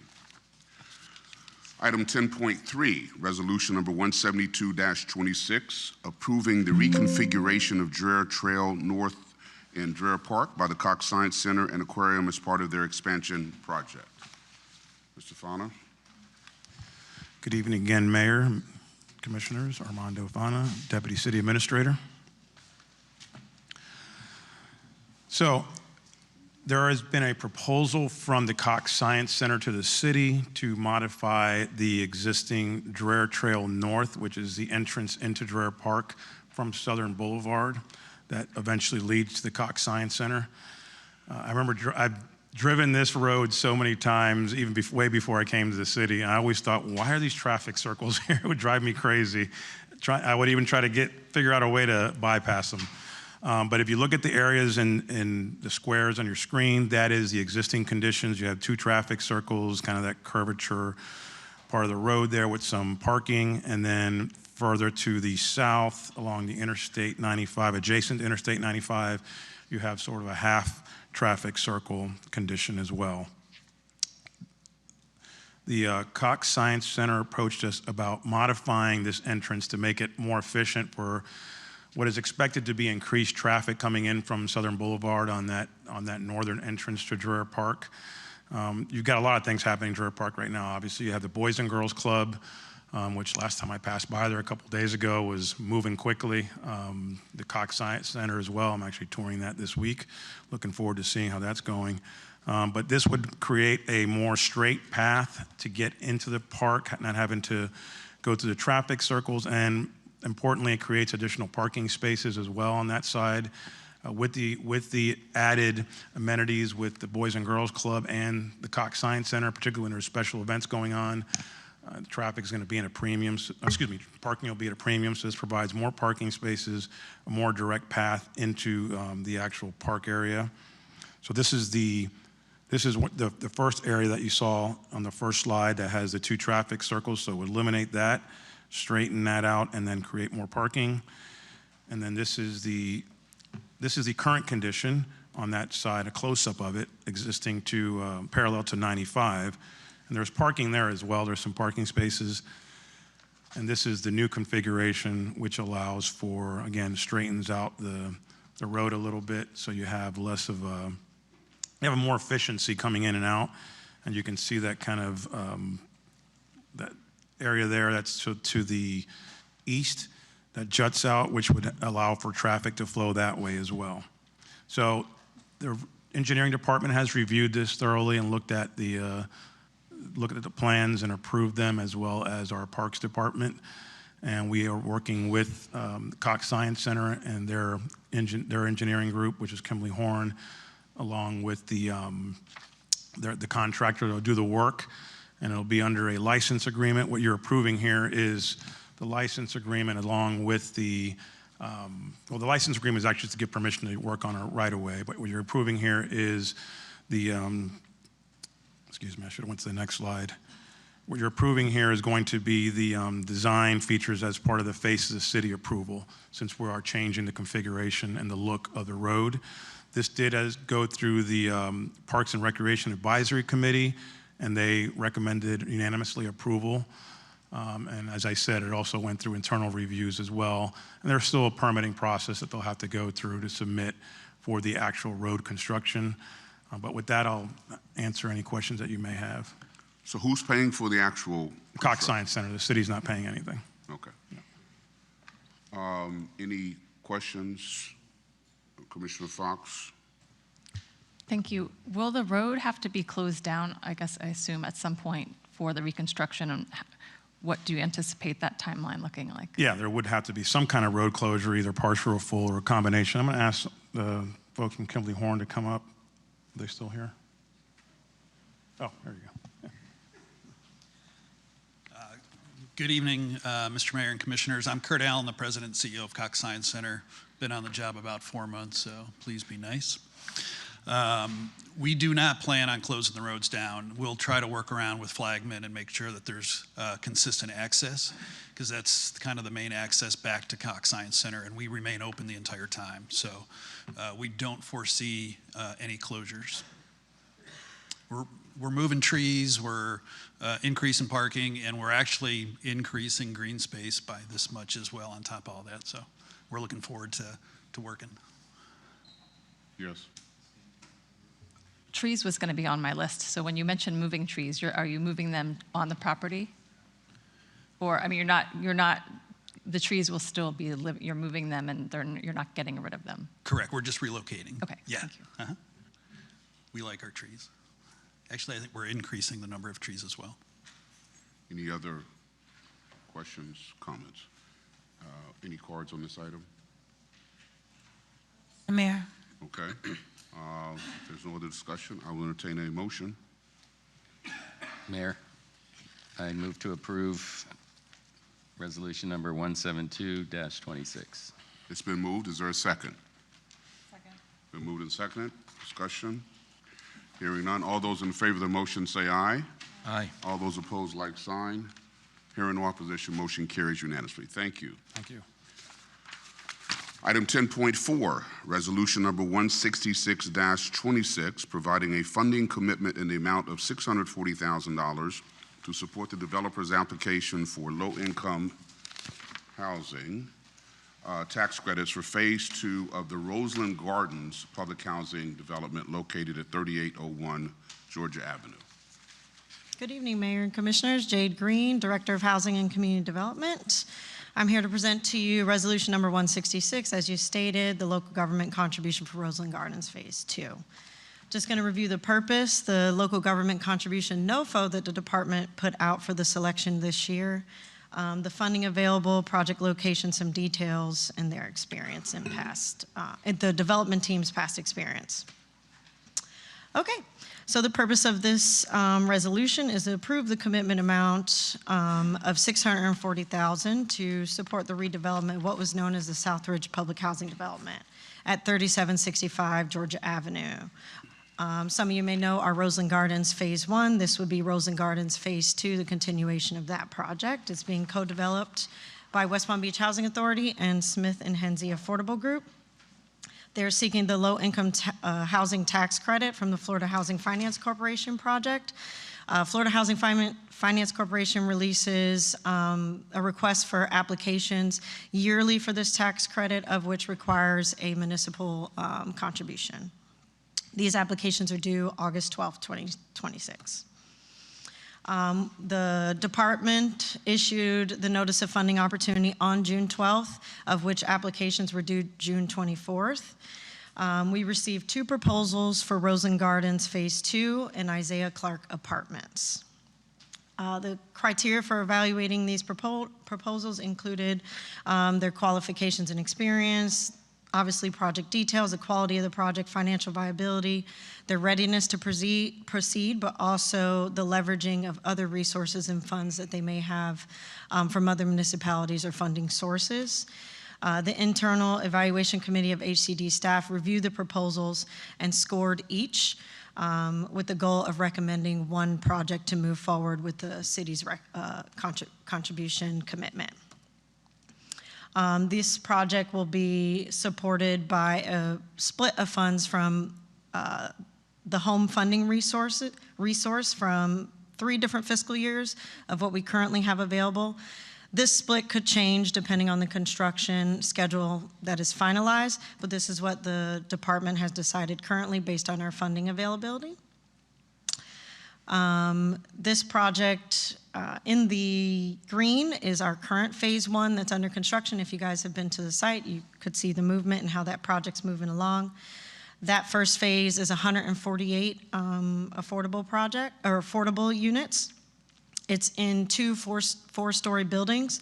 The second phase will be 1 3-story building with 4 one-story buildings for 100 affordable rental units for families, which includes 33 being those home assisted, of which we'll be assisting with.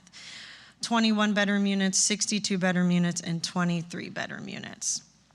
The AMI levels will be 30 to 80% AMI and 25 units at each income level. All right, just some renderings of the proposed Roseland Gardens project. Oh, I'd also like to note that both of these phases include a community building.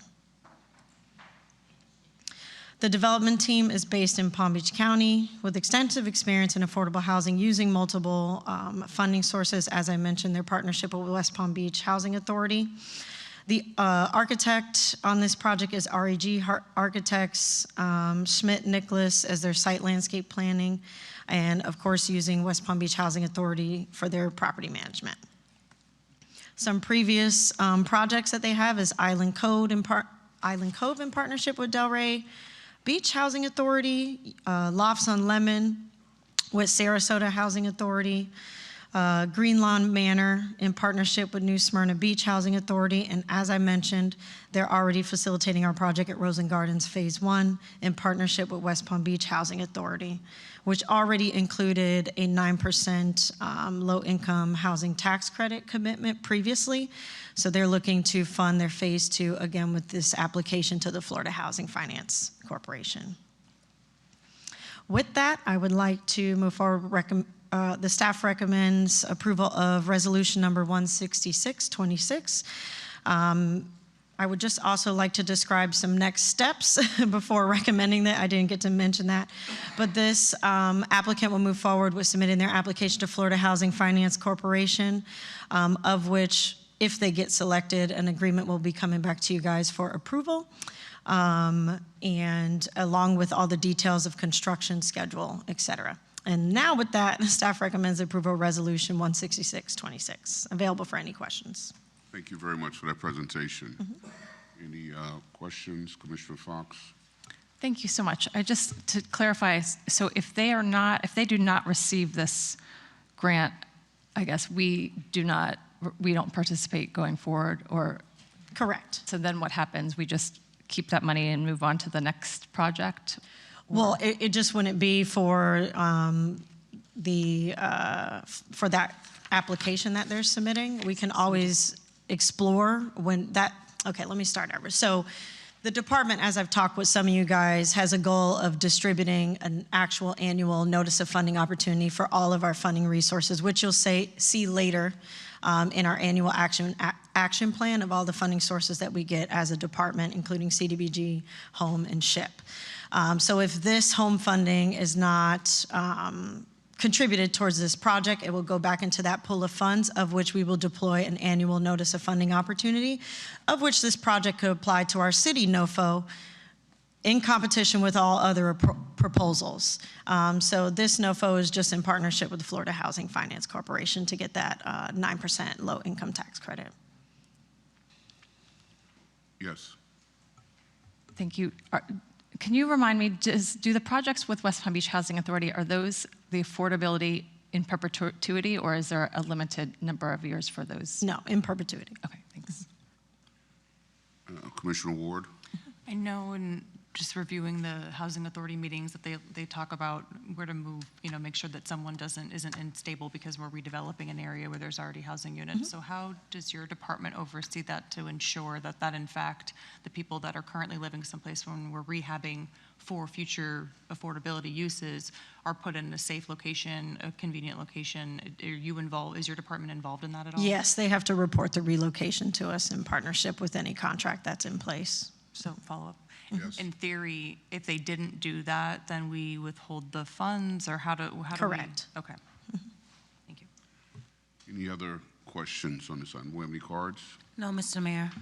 All right. If there's no other discussion, I'll entertain a motion. Mayor, I move to approve resolution number 166-26. It's been moved. Is there a second? Second. It's been moved and seconded. Discussion? Hearing none. All those in favor of the motion say aye. Aye. All those opposed, like sign. Hearing no opposition, motion carries unanimously. Thank you. Item 10.5, resolution number 173-26, approving the agreement and restrictive covenant for affordable housing between the City of West Palm Beach and District Point LLC for the development of a 280-unit residential rental project at 1501 Belvedere Road, to be known as District Point. Good evening, Mayor, Commissioners. For the record, Kimberly Spence, Assistant Director of Housing and Community Development. So resolution number 173-26, as the Mayor said, is for approval of an agreement between District Point LLC and the City of West Palm Beach for an affordable workforce housing project. For this presentation, I will provide a brief overview of the project location and some history on actions that were taken by the City Commission previously regarding this project. There will be a project overview. We'll discuss the affordability structure as well as some key agreement components, and finally the staff recommendation. As you can see on the image here, the project is located at 1501 Belvedere Road, the northwest intersection of Belvedere Road and Mercer Avenue. The parcel size is about 4.8 acres and is currently zoned general commercial. The current use is office tower and a service surface parking lot and is located in Commission District 3.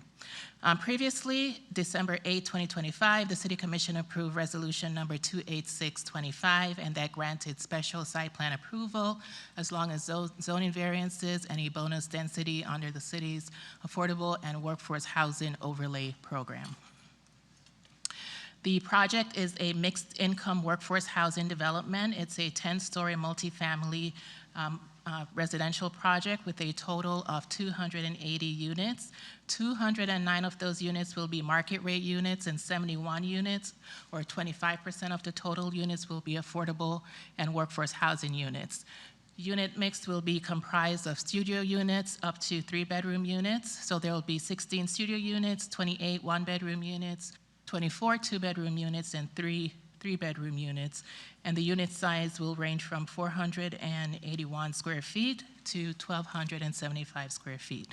Project amenities will include a fitness center, swimming pool, co-working lounge room, bicycle storage room, as well as a parking garage structure.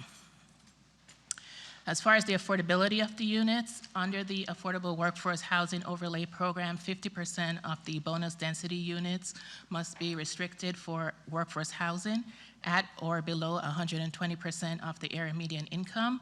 For this project, the developer was required to provide 63 workforce housing units.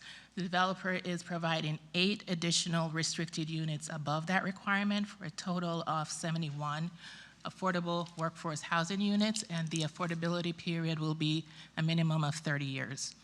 As you can see, the affordability tiers range from 18 units at or below 80% AMI, 32 units between 81 and 100% AMI, and 21 units at 101 to 120% AMI.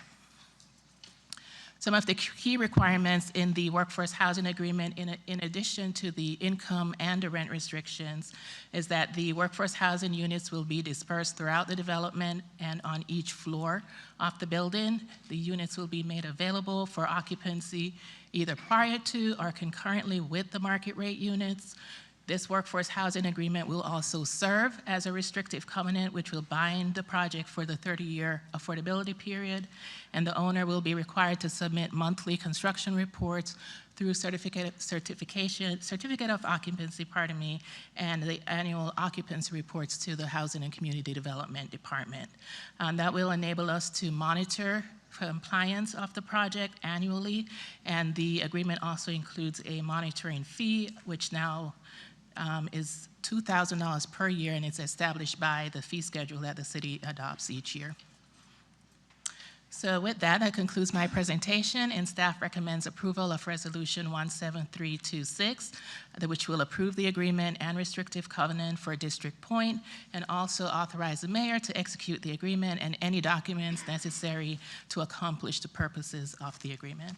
I'm happy to take any questions. Thank you for that presentation. Any questions, commissioners, comments? Do you have any cards? All right, if there's no comments or questions, I'll entertain a motion. Mayor, I move to approve resolution number 173-26. It's been moved. Is there a second? Second. It's been moved and seconded. Discussion. Hearing none. All those in favor of the motion say aye. Aye. All those opposed, like sign. Hearing no opposition, motion carries unanimously. Thank you. We'll now turn to item 11.1, public hearing of resolution number 134-26, authorizing acceptance of federal entitlement grants in the amount of $5,223,401.94, approving and authorizing submission of the city's annual action plan for fiscal year 2026-2027, and authorizing the mayor to execute all documents necessary for receipt and use of the funds. Yes, Mayor. Again, Kimberly Spence, Assistant Director of HCD for the record. This presentation is actually going to be made by our new Programs Manager, Donna King. Donna joined our department in April of 2026, so this will be her first presentation to the City Commission, but she brings a wealth of knowledge in HUD compliance and has, I don't want to age Donna, but I think similar to me, over 20 years of experience working with HUD grant programs. So. Well, welcome aboard, and we promise to try to be nice. Thank you. And Mayor and Commissioners, thank you for the opportunity to present this 2026-2027 Annual Action Plan and presentation to you. Although you've been introduced, if you could just state your name for the record, please. My name's Donna King. I'm the Programs Manager for Housing and Community Development. Okay. And quick agenda, going over the purpose of the meeting, the overview of the annual action plan, the community outreach and engagement that was conducted in developing the plan, the 2026 and 2027 funding allocations, as well as the CDBG, home, and HOPWA projects that are proposed budgets, timeline and next steps, as well as the staff recommendation, and allow an opportunity for any questions you may have on the plan. The purpose is, of course, to seek approval of the 2026-2027 annual action plan, to accept the federal entitlement funds totaling just over $5.2 million from the U.S. Department of Housing and Urban Development, authorizing submission of the plan to HUD, and authorizing the mayor to execute all agreements and related documents. The overview of the annual action plan is it provides the concise summary of all the activities, projects, and special federal and non-federal resources that will be used each year. This is the second year of the 5-year consolidated plan. So consolidated plan was conducted last year in 2025. So each year there will be an annual action plan that just, based on that framework, establishes what projects will move those goals forward. These are for the entitlement programs that come from HUD, including Community Development Block Grant, which is the most flexible funding, can be used for a variety of activities that will serve low and moderate income persons. The Home Investment Partnership Program is limited to housing activities that create and preserve affordable housing, as well as housing opportunities for persons with AIDS. And that program is very specific to housing and rental assistance to that population. The plan describes the activities that will be undertaken to further those goals of the 5-year plan, including CDBG, home, and HOPWA during the period, the fiscal year that begins October 1st, 2026 through September 30th, 2027. So as part of this plan development, there was citizen participation and engagement that took place, including a virtual and in-person public hearing, public meeting that took place on June 9th. We did have attendance in person as well as virtually at that meeting. And tonight's meeting also counts as a public meeting as well. There were advertisements in the Palm Beach Post in anticipation of that meeting in June, as well as the draft plan being made available for public review for a 30-day public comment period. That advertisement was posted on June 20th. There was also digital outreach, including the website and social media. There was an emailed invitation to stakeholders, letting them know about the public hearing, as well as it was included in the mayor's newsletter, as well as TV announcements. These are the funding allocations from HUD. For CDBG, it's just under $1 million, so $947,465 is available from HUD for fiscal year 2026-2027. Home funds is $487,000 and change, and HOPWA is $3.7 million and change. This brings us to the total of $5.2 million.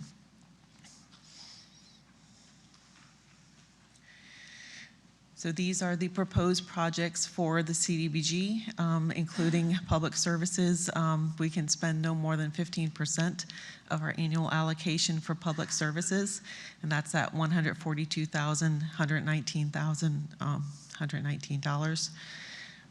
Public facilities and infrastructure is then the difference between that and the planning administration, which is the 20% of the allocation which is allowed by HUD. The home entitlement funds, new construction housing development is just over $365,000. The Choto set aside is 15% of the allocation, which is a requirement that HUD has for the program. And then the home program administration is no more than 10% of the allocation. And then for HOPWA funding, the $3.78 million, the majority of it will be spent on tenant-based rental assistance for eligible recipients. Supportive services will be $74,000 and change, and project sponsor administration and grantee administration is those amounts there, $128,000 and $113,000 for that process. So the timeline and next steps for the action plan, there were opportunities for the public to comment throughout the process, including at that first public hearing, and then that 30-day public comment period, which was from June 20th through July 20th. Tonight is the City Commission. We're requesting the approval of the action plan. And then upon that approval, it will be submitted to HUD no later than August 15th. And then HUD has a 45-day period of time that they will review and approve, and then send it back for executing funding agreements. So tonight we're requesting and recommending approval of the resolution number 134-26 to authorize the acceptance of the CDBG home and HOPWA entitlement funds from HUD, approving the 2026 and 2027 annual action plan, authorizing the submission of the action plan and other planning documents to HUD for their review and approval, and authorizing the mayor to execute certifications, grant agreements, and any other documents necessary for the submission of the action plan and the receipt and use of grant funds. And now, any opportunity for questions? Thank you very much for that presentation. Any questions, comments, commissioners? Any cards? No, Mr. Mayor. All right, I will entertain a motion. Mayor, I move approval of resolution number 134-26. It's been moved. Is there a second? Second. It's been moved and seconded. Discussion. Hearing none. All those in favor of the motion say aye. Aye. All those opposed, like sign. Hearing no opposition, motion carries unanimously. Thank you. Item 11.2, public hearing and second reading of ordinance number 5177-26 for a city-initiated request declaring a zoning in progress for a period of 6 months to prevent the submittal of planned development applications for property zoned multifamily high-density MF32 residential located south of Monroe Drive, north of Southern Boulevard, west of Flagler Drive, and east of Washington Road. Evening, Mayor, Commissioners. Angela Van, Assistant Development Service Director. It's the second reading. There have been no changes. Very good. Any questions, comments, commissioners? Commissioner Ward? Hi, I know I asked this last time. I just want to confirm. So the 6 months, we're going to be discussing community engagement, just like we did with the North Flagler overlay, but you plan on bringing us a proposed overlay within that 6 month period? Yes. Okay. And that doesn't necessarily discourage any potential development proposals to have conversations with staff to look at specific, obviously not submitting for zoning, but having those discussions on what they can and can't do with their properties and going and talking to engineering and all of the other departments. No, it does not. Thank you. Can't hear you. Can't hear you back here. Well, I'm not. Oh. Was I not speaking? I thought you were speaking to the microphone, but anyway, no, you're not going to repeat everything you just said. Okay. All right. Commissioner Fox and then Commissioner Sylvester. Thank you. I'm wondering if you could just talk a little bit more about the process of how the community will be engaged while we're working on this. I know that there might be some people here tonight that weren't here at the last reading, so if you could just talk a little bit about the process, that would be great. Yes, staff is currently trying to finalize the agreement with Scovich, who is going to do the basic analysis of the area, run some models for us, but staff is actually going to handle the public outreach ourselves. We just put together a schedule, so we're looking to start out possibly in the community after school starts, get people to come back from vacations and all. We haven't finalized a specific date yet, but we're looking to start to get a general feel of the neighborhood surrounding the area sometime mid-August is after school starts. Commissioner Sylvester. Thanks for the presentation from before. I do have a question. Can you give us a timeline on when there would be maybe a proposed overlay within that 6-month period? Like, you're not going to drag it out for 6 months. Is it? No, staff is proposing to have to the commission in January the actual proposed overlay regulations in January of 2027. So in 6 months? Yes, it's 6 months. Right now we're asking for 6 months, and our goal in the schedule we originally did outlines us completing it within the 6 months, which starts after today. Did you have a follow-up? Let me listen to him. Let me just chime in here real quick. Armando Fanas, Deputy City Administrator. So I just want to kind of clarify, we're not starting completely from scratch here. We have an overlay process that we went through in the north end. There will be some similarities. I think, when you look at public benefit and laying those out and talking with the community about what the public benefits that they'd like to see in that area that are actually something that we can legally include within the overlay. So there is a template we'll be able to utilize from the north end that can apply here as well. So I don't anticipate that this is going to be like a prolonged process. There'll be plenty of opportunities for the public to be able to give us the input, both, and we're trying to move towards meeting people more where they are as opposed to having them come, for example, to City Hall. So there'll be a number of opportunities for the public to weigh in, and also for the overlay to be presented well before it goes to City Commission. We're not going to just bring it and all of a sudden there's an overlay. There'll be those discussions with the community beforehand. Just one follow-up. Yes. So when do you think you would present an overlay to the public for them just to discuss and to look at? How soon?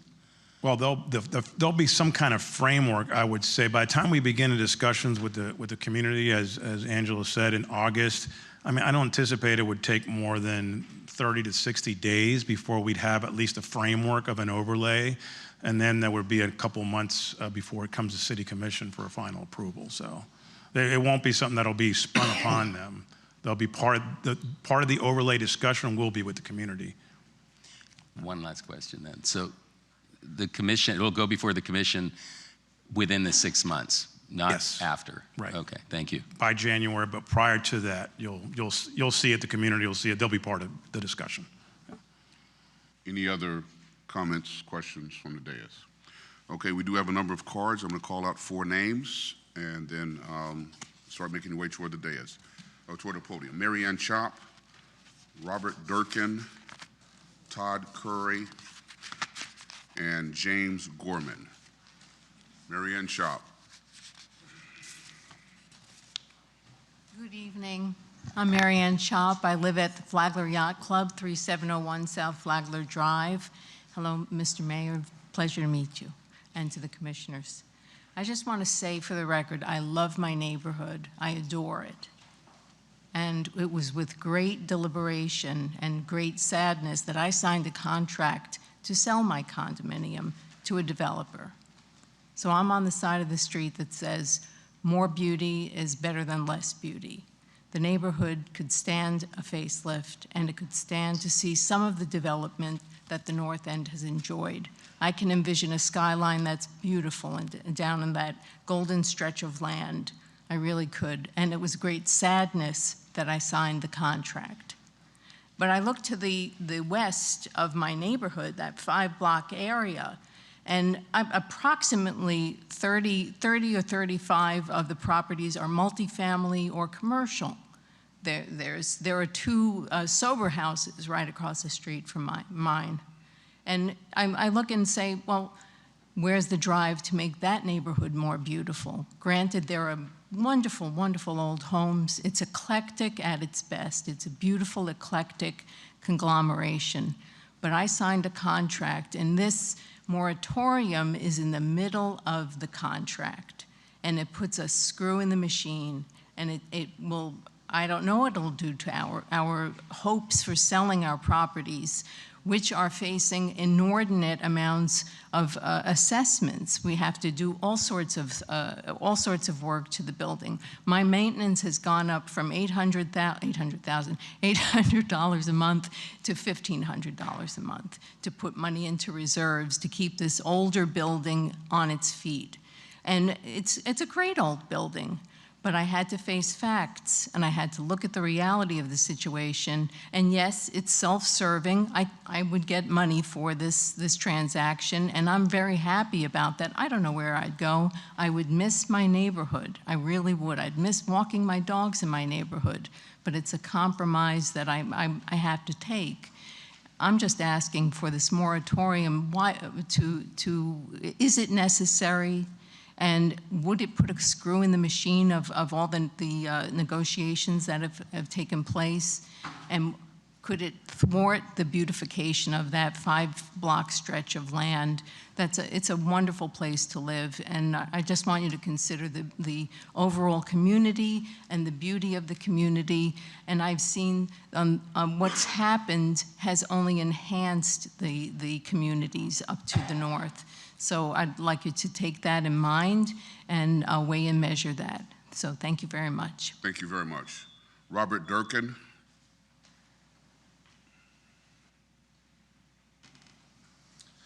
Thank you for hearing me. I appreciate it. Hopefully you could hear me. I just hear basically State your name and address for the record, please, sir. I'm sorry? State your name and address for the record. Robert Durkin, 3701 South Flagler Drive. Basically, I'm here, I'm on the board of my building, and to talk about the affordability and why no one else has had a moratorium, and now all of a sudden they're coming in our area to do it when there's some buildings that are about to be taken over by developers. And I'm talking as fact as the board, a lot of people in our buildings can't afford this. In other words, the assessments that are coming due are huge. They're bigger than when some people paid for their buildings, for their apartment total. And when we put an assessment out recently, one of the assessments we had regarding the Florida Sears report came at $800,000. And when we did that, 50% of the people couldn't pay it on time. It took them 4 months. They tried to get payment plans for it. When we actually went out to get the bids to do it, it wasn't $800,000. It's $2.2 million, which means we have to go then and assess them the extra for that, which some haven't paid yet, which has been over 5 months. A lot of the people can't even afford it and will get foreclosed by the building if they can't pay it. This is sort of their way out in a way. They're either going to get foreclosed on, not get any money, or they're going to be able to live their life and get out of here because they never realized the assessments would be this big coming forward.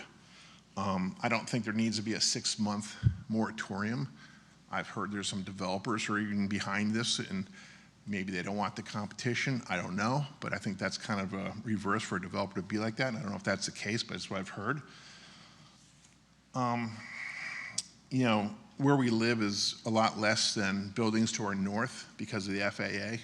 We can't go 300 feet. We can't just add as many units as we want. We're 32 per acre. I think it's like around 200 feet tall that you're allowed to build.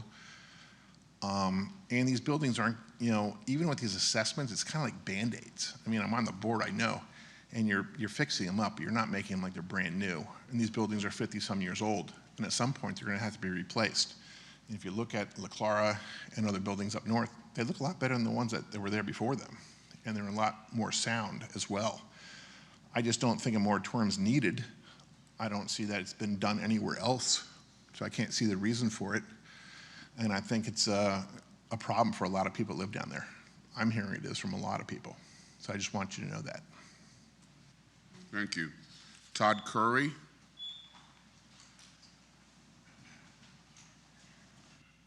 Hello. Todd Curry, 3701 South Flagler. I appreciate the opportunity to speak to you this evening. I've grown up on Washington Road. I grew up there. My family still owns a house there, and I'm currently a board member at Flagler Yacht Club as well. I urge you to vote against the proposed moratorium. Everyone in this room shares the same goal. We all want to have thoughtful growth, safe neighborhoods, and responsible redevelopment. The question is not whether redevelopment should occur, it is whether imposing a moratorium is the right solution. I respectfully submit that it is not. A moratorium creates uncertainty at a time when certainty is desperately needed. Investors, lenders, developers, and property owners make long-term decisions based on these. The uncertainty discourages investments and then raises financial costs to those owners alike. Perhaps more importantly, the proposed will have unintended consequences with owners of aging condo buildings. Across Florida, condominium owners are facing unprecedented financial pressures with these ongoing assessments.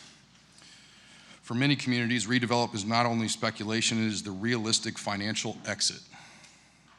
Moratorium removes that option for us, and it leaves owners trapped in aging buildings that require expensive repairs and simultaneously discouraging very reputable developers who might otherwise purchase these properties. The irony is not that its proposal may preserve the buildings, but actually increasingly difficult to maintain, rather than encouraging responsible and reinvestment in the community that is needed. Additionally, this area is already governed by strict zoning regulations. Existing zoning controls building heights, setbacks, massing, importing of density. The increase in the number of units beyond that already exists, so they cannot come to you and increase the number of units without seeing the council ahead of time. And those standards are working. We have them guided development for years, and what problems doesn't the moratorium actually solve? And the specific concerns, addressing those concerns directly throughout thoughtful amendments in the city's land development regulations, update design standards, refine and review procedures, and improve compatibility requirements and the targets the solutions. A blanket moratorium, however, penalizes every property owner that ever responsible and even responsible developers. West Palm Beach has earned a reputation as a city that welcomes responsible investment while maintaining high standards. That reputation did not come by accident. It is built on transparency, consistency, and confidence in the development process. Please do not replace the confidence with uncertainty. Finally, I ask that you remember that behind every condominium building are real people. They're retirees, working families, longtime residents, and people have invested their savings into their homes. Many are now struggling under the weight of mandatory repairs, special assessments, and they deserve options, Thank you. not Thank you fears. very much, sir. Thank you for your time. James Gorman.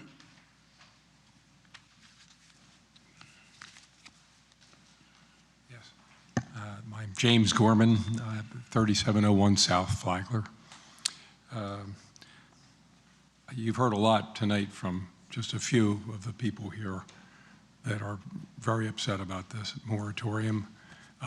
Given the fact that we have buildings that are functionally obsolete, we're spending a lot of money trying to repair these buildings and keep them going. Change is tough. Anybody can agree with me on this. I think everybody can agree with me. Any kind of change. Look at what we went through when they replaced the bridge at Southern. That was a terrible inconvenience for a lot of people for a long time, but look at it now. It's a beautiful bridge. It's a benefit to the community. There's going to be change here. These buildings are going to come down. They're going to be replaced. And they should be. That's progress. Look at the rest of what's happened here in our community. Yes, planning is a good thing. We should plan ahead for everything. You've already got restrictions on what you can build there with the 32 units per acre. In this case, it's 2 acres. You can build 64 units there.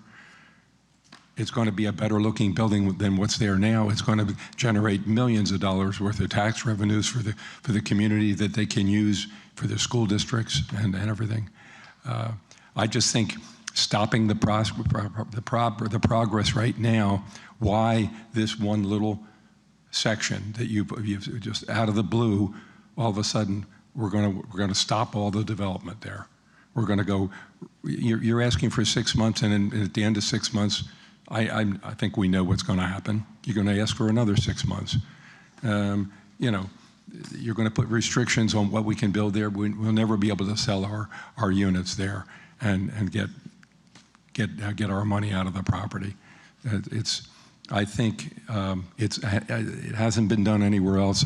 You've got a building going up right now next to us, immediately adjacent to us. They The Maison Dior was already approved. It's going to be under construction at any time, going up right next to it. So now you're going to have these old buildings that need to be completely redone some fashion next to this beautiful new Maison Dior that Coulter Properties is building right there. It's going up. You approved it. So I think, doing this, downzoning these properties here is not the right thing. Thank you. Thank you. All right, I'm gonna read 4 more names out. Please start making your way toward the podium. Amy Triggs, Leslie Weinberg, Robert Gerard, and Elizabeth Gorey. Amy Triggs. Hi, Amy Triggs, 208 Monroe Drive. I don't think I need to go through all the reasons why I believe the overlay is needed, because I think you all are pretty well aware of how I feel. And I also recently went back and watched the commission meetings from last year when you approved what is now Maison Dior. During those discussions, you all agreed that this corridor needed further study and that a zoning in progress and Flagler overlay were warranted. It was also interesting to listen to my own comments from that meeting. I said that an overlay was necessary because some lawyer would be back in a year with another development proposal. Sure enough, I got a call last week from an attorney with that prediction coming true. So to me, that simply reinforces why this zoning in progress is so important. The zoning in progress won't prevent a sale from going through. It just gives us a chance to pause and come up with a thoughtful plan. Again, all of us agree that these buildings are old. They probably do need to be replaced, but I just want to reinforce, we're not against growth, but it just needs to be done without rushing the process. So I just want to thank each of you for listening to the residents and for taking this step. I especially want to thank Commissioner Ward for your guidance, thoughtful suggestions, and expertise, and Commissioner Sylvester for pushing this and keeping me in the loop over the last several months. I'd also like to thank City Administrator Armando Fana for helping move this initiative forward. I know our city is short-staffed and is balancing an incredible workload, so I also want to recognize Development Services Director Anna Marie Aponte and Assistant Director Angela Jones-Vaughn for their hard work in bringing this to fruition, despite being very busy with so many other projects. So I look forward to working with you all, the city staff, and my neighbors to create a good plan for this Flagler corridor, one that provides a clear and predictable framework for future developers, and especially one that respects the character and compatibility of the surrounding historic neighborhoods. Thank you for your time and your service. Thank you. Leslie Weinberg.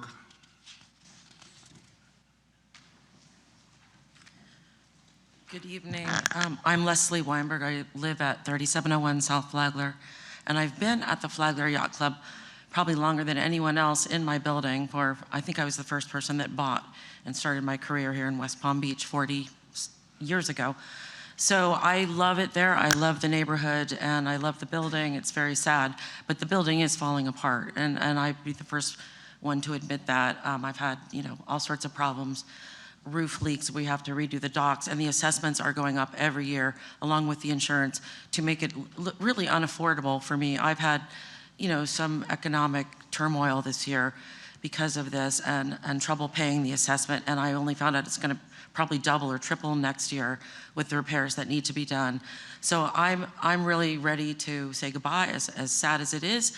The building needs to be replaced, and our building has been working for over a year. We've been fielding lots of different bulk offers, and we finally came to a decision. We've been moving forward with that, and this would completely block that and stop it and force us all to, endure another year there of repairs, and it's just too much. And I really hope that, I can appeal to some of you for our predicament as well. And I understand that the neighborhood doesn't want all the building there, but progress happens, you can't stop it, and this will move forward, whether we all, benefit or suffer more another year or longer. Thank you. Thank you. Robert Gerard.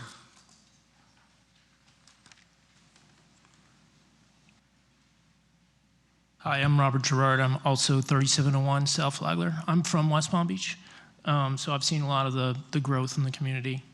The state of Florida sets the schedule for when all of this SERS-related improvement work has to happen. So, a pause creates a situation where you're spending millions of dollars to repair things that are going to potentially be torn down a short time after. That is why a pause doesn't make sense. And ultimately, I believe it should come down to density. And there's not really an appreciable change in the density in the corridor we're talking about. In particular, when you compare it to the north part of the Flagler Drive corridor or the center part of the Flagler Drive corridor. And, just in this commission meeting, we approved a 280-unit apartment right next to the airport, which is completely changing the density of that area. And, the area we're talking about, there's virtually no density change. So it doesn't make sense to me, the moratorium. Thank you. Thank you. Elizabeth Gorey.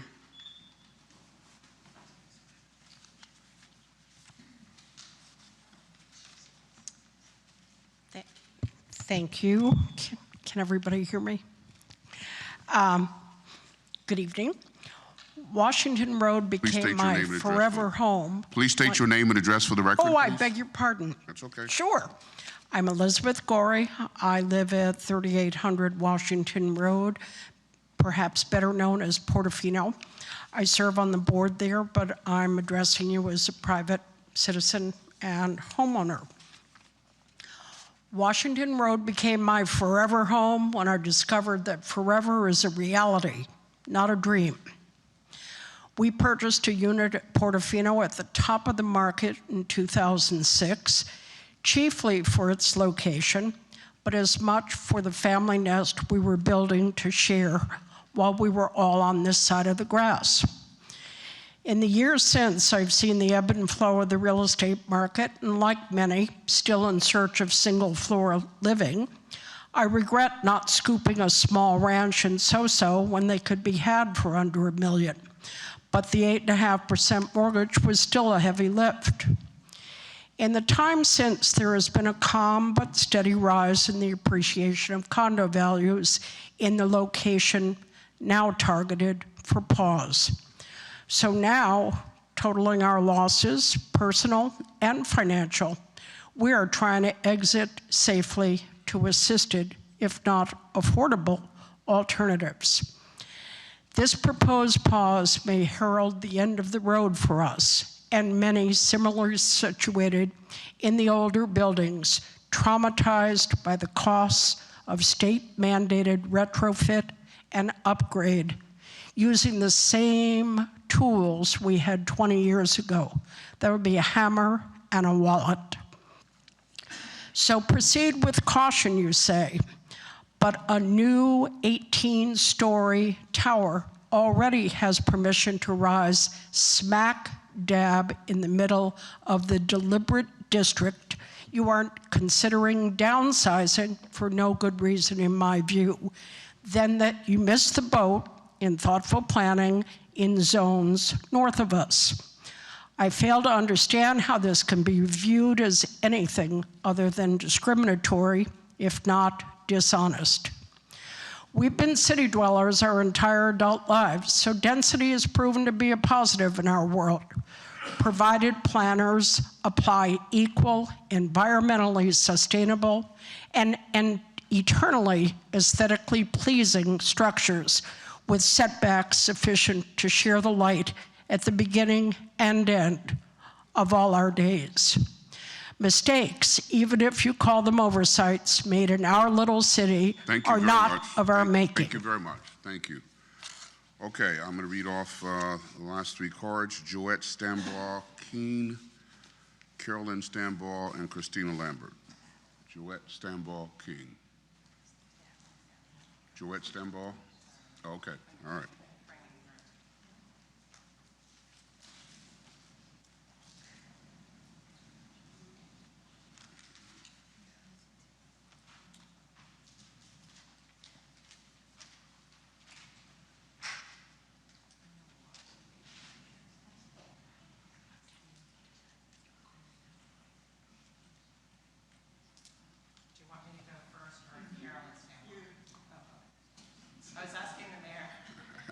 However you want to do it.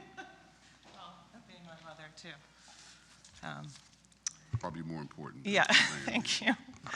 Good evening, and hello again, Mayor James and commissioners. I just wanted to say thank you again for the last time we discussed this matter, for your understanding and for your thoughtfulness in listening to all of us who are so very concerned about the progress and the development that has happened very quickly.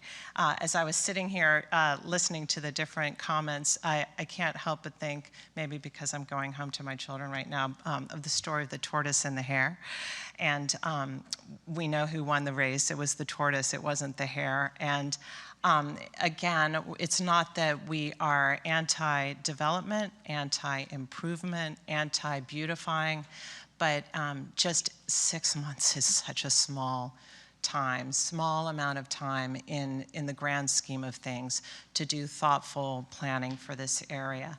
And just wanted to say thank you, because even on the heels of the last time that we were here speaking before you, we already have had discussions with 2 former city commissioners, as well as Armando, and community people coming together to start dialoguing about what might be appropriate for this area. And it's actually very encouraging to see people from different perspectives just come together, dialogue with open minds. And so I would just say, if it's just respectfully that we would request that you go ahead and as you had previously approved preliminarily this proposal, that we go ahead and just give it 6 months and then go from there. Thank you very much. Okay, you're Carolyn, right? Okay, so It's hard to hear. now Joette. I'm Joette, she's Carolyn. Okay, all right, so we heard from Joette. Now Carolyn, okay, all right. Good evening, Mayor James and commissioners. And Mayor, thank you for letting me speak last spring regarding Woodlawn Cemetery. I appreciate that. Well, Could you state your name for the record, please? I qualify as... State your name. What? Here, they need your name. Oh, my name. Yes, ma'am. It's Carolyn Stambaugh. And I do believe I qualify as an older person. I'm 93. And I'm grateful that you have been willing to put a hold on developing because of citizens like me that love this city.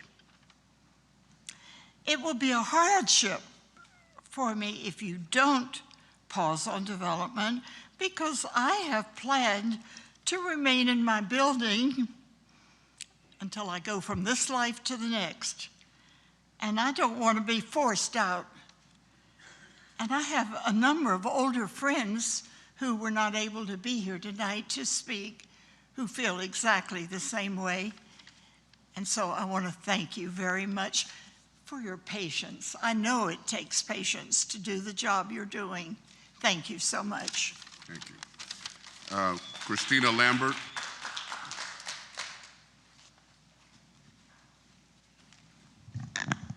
Good evening, Christina Lambert, West Palm Beach resident, here again in support of ordinance number 5177-26, the 6-month pause on the new plan development applications along South Flagler.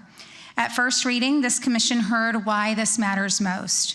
When new applications keep moving forward under old rules while new regulations are being written, the community loses ground that it can't get back. Tonight's vote closes that gap for South Flagler. And in the 2 weeks since that reading, the community has already shown that it's ready. I had the chance to speak with North End residents who lived through the North Flagler overlay process and shared what worked and what they would do differently. What they said every time is how critical a pause like this is. The community needs time to shape its vision before applications come in. The South End is taking that lesson to heart. Last week, more than 20 neighborhood leaders came together to coordinate. So when the city's planning work begins, residents are informed, prepared, and ready to contribute within the 6-month pause. The reasons why this overlay process matters is that it protects the character of our neighborhoods. It delivers good planning, predictability, and clear design expectations. It ties developer incentives to real community benefits. It gives residents a transparent and meaningful voice. And it helps us to get ahead of traffic, parking, and infrastructure needs. Every project with real community input, and every project delivering real community benefits. I commend the mayor, the commission, and staff for listening to the residents who want proper planning and for working with them to show that government and the community can work side by side to shape the future of West Palm Beach together on this and other issues. Thank you. Thank you. That was the last card. So any comments, questions from the dais? President Peduzzi. Thank you. I certainly, the first time I saw this, I was fully in support, but it concerns me a little bit that when you hear from the other side and their concerns, and I was just wondering if we can hear from someone from staff that may have more understanding of this than I have, that are these concerns that we've heard today, is there, are they legitimate concerns that, these buildings that are going to be required to have improvements made and significant funding that will require? Are we encumbering their property to a point where it's going to cause significant hardship to them? If I could just understand that a little better, I'd appreciate it. Again, Angela Van, Assistant Development Service Director. I just first want to clarify, it's not a moratorium. It's not what we're proposing. We're proposing a zoning in progress that you can apply for a planned development. As you know, most of the towers we get come in as a planned development. If you can come in as a developer and you can build by right, you can build your tower. If you can come in today and meet the code requirements and build by right, this is zoning in progress. It's not stopping you from doing that. It's just stopping you from coming in and applying for a planned development at this point for the next 6 months. And based on what you said, Commissioner, there are some requirements from the state. I'm not quite sure exactly what that they have to do based on building code requirements and reports that they have to do to ensure that their buildings are safe. And there are some deadlines, and then they have to do monetary as far as having assessments or having a fund to do those improvements. So there are requirements in the state statute, and it does apply to a lot of your older condominiums that are along Flagler Drive. Follow up? Yes. What about this time period, the 6-month moratorium? I mean, in and of itself, 6 months, I don't necessarily think is unreasonable. I'm worried that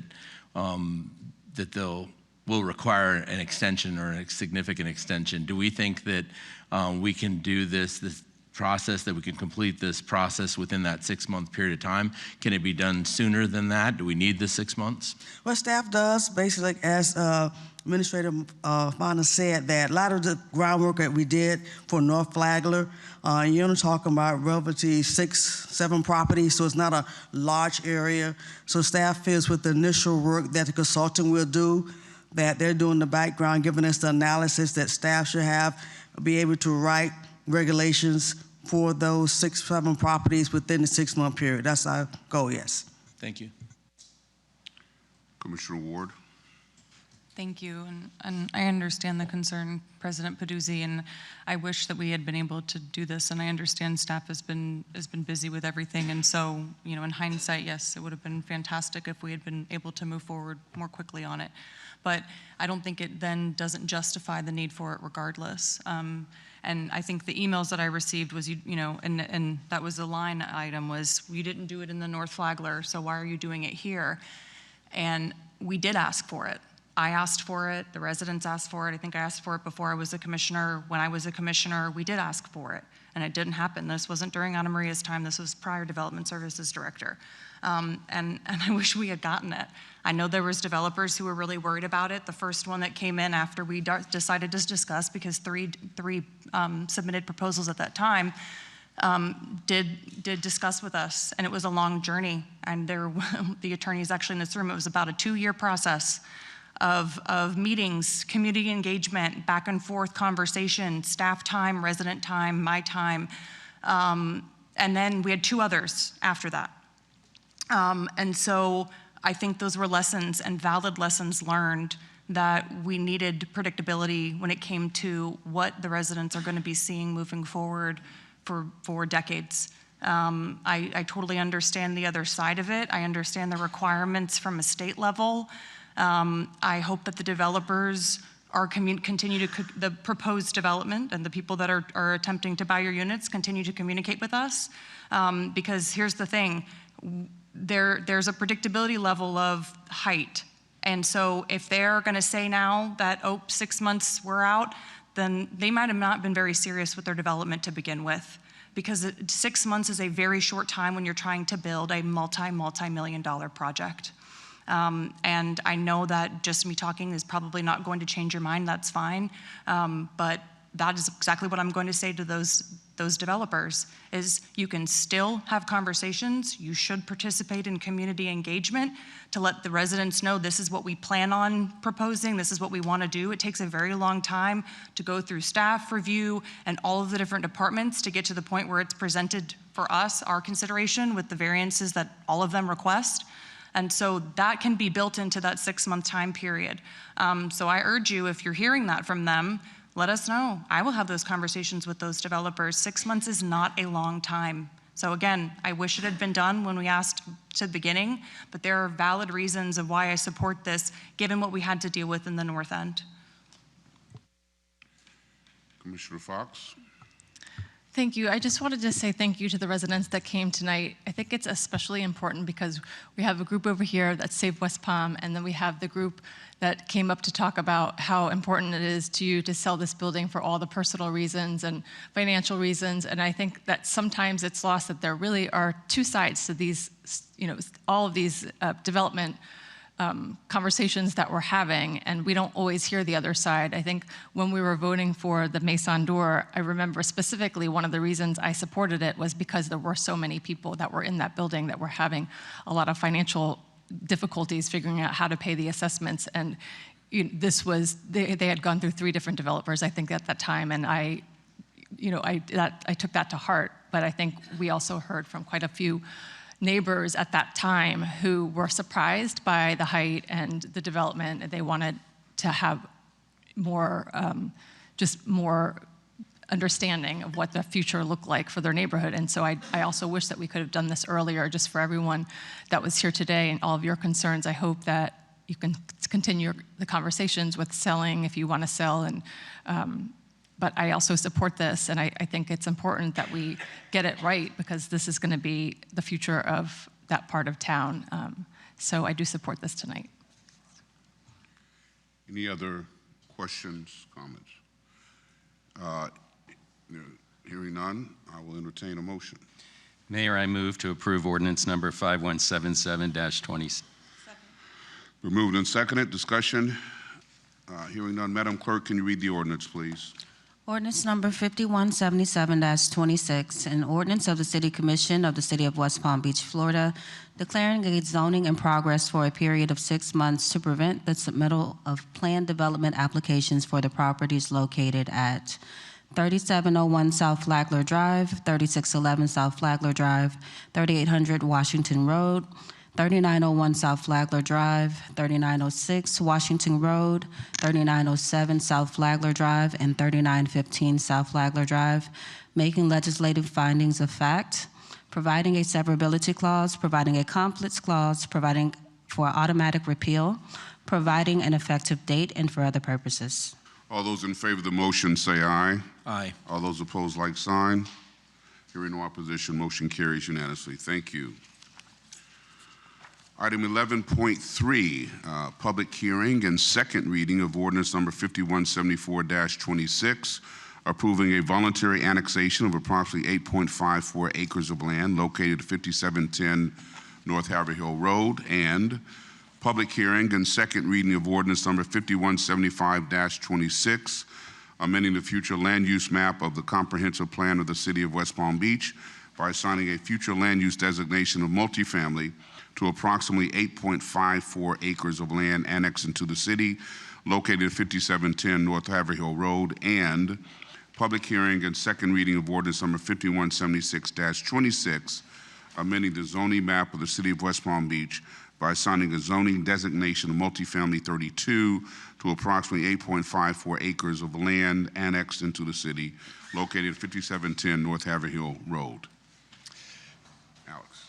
Good evening, Mayor, Commissioners. For the record, Alex Hansen, City's Comprehensive Planner. This is the second reading of this item, and there are no changes from the first reading. Very good, thank you. Commissioners, any questions, comments on this item? Do we have any cards on this one? No, Mr. Mayor. All right, if there's no questions, then I will entertain a motions. Mayor, I move approval of ordinance number 5174-26. This motion is based upon the finding that the petition meets the annexation requirements found in Chapter 171, Florida statutes. It's been moved. Is there a second? Been moved and seconded. Discussion. Hearing none. Madam Clerk, can you read the ordinance, please? Ordinance number 5174-26, an ordinance of the City Commission of the City of West Palm Beach, Florida, approving a voluntary annexation of approximately 8.54 acres of land located at 5710 North Haverhill Road, declaring that all legal prerequisites and requirements have been met, finding consistency with the comprehensive plan, providing an effective date, and for other purposes. All those in favor of the motion say aye. Aye. All those opposed, like sign. Hearing no opposition, motion carries unanimously. Thank you. President Peduzzi. Mayor, I move approval of ordinance number 5175-26. This motion is based upon the finding that the petition meets at least one of the 5 future land use FLU amendment standards found in future land use element policy 1.1.5 of the city's comprehensive plan. It's been moved. Is there a second? Been moved and seconded. Discussion. Hearing none. Madam Clerk, can you read the ordinance, please? Ordinance number 5175-26, an ordinance of the City Commission of the City of West Palm Beach, Florida, amending the future land use map of the comprehensive plan of the City of West Palm Beach, Florida, by assigning a future land use designation of multifamily to approximately 8.54 acres of land annexed into the city, located at 5710 North Haverhill Road, declaring the proposed amendment to the future land use map to be consistent with all other elements of the comprehensive plan of the city, providing an effective date and for other purposes. All those in favor of the motion say aye. Aye. All those opposed, like sign. Hearing no opposition, motion carries unanimously. Thank you. President Peduzzi. Mayor, I move approval of ordinance number 5176-26. This motion is based upon the finding that the petition meets all 8 rezoning standards found in section 94-32 of the Zoning and Land Development Regulations. It's been moved. Is there a second? It's been moved and seconded. Discussion. Hearing none. Madam Clerk, can you read the ordinance, please? Ordinance number 5176-26, an ordinance of the City Commission of the City of West Palm Beach, Florida, amending the zoning map of the City of West Palm Beach, Florida, by amending the zoning map of the City of West Palm Beach by assigning a zoning designation of multifamily 32 to approximately 8.54 acres of land annexed into the city, located at 5710 North Haverhill Road, declaring the zoning map amendment to be consistent with the comprehensive plan of the city, revising the zoning map of the city accordingly, providing for an effective date and for other purposes. All those in favor of the motion say aye. Aye. All those opposed, like sign. Hearing no opposition, motion carries unanimously. Thank you.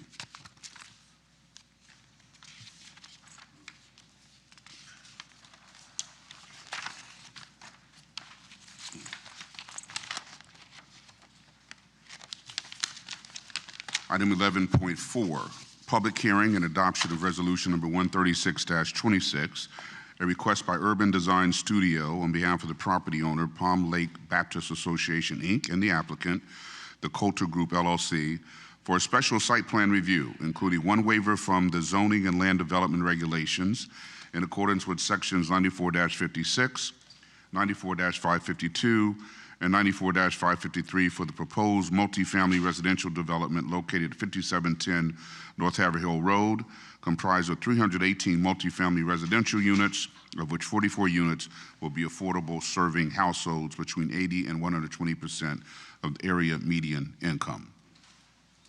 Good evening, Mayor and Commissioners. Lindsay Jean-Louis with Urban Design Studio. We do have our presentation prepared, but again, this went over at the July 6th first reading. We would like to take the opportunity today to really focus in on the parking waiver and the additional information as requested. So I'd just like to again go over an overview of the waiver requested based on our 318 units that we're providing. We're proposing 478 parking spaces. That's a reduction of 139 spaces or 23%. But we have prepared a parking study based on the Institute of Transportation Engineers that depicts that we have a 42 space surplus in addition to some additional field research that we've conducted. So at the time, I'd like to introduce Stephanie Guerra with Kimley Horn, who's our traffic and parking engineer, to speak more to the details and the data that was collected. Thank you. Good evening, Mayor and Commissioners. Stephanie Guerra with Kimley Horn. To dig into the data, I know we talked about it a little bit at the commission meeting a couple weeks ago. To dig into what we did for the ITE analysis, we utilized data from the Institute of Transportation Engineers, which is a nationally accepted survey of existing multifamily sites throughout a variety of contexts. They separate out the sites that they survey and collect parking counts at into urban and suburban areas, and then they further break that up into sites that are located near transit facilities and located in more suburban contexts away from transit facilities in order to further hone in on what the real parking demand is at those sites.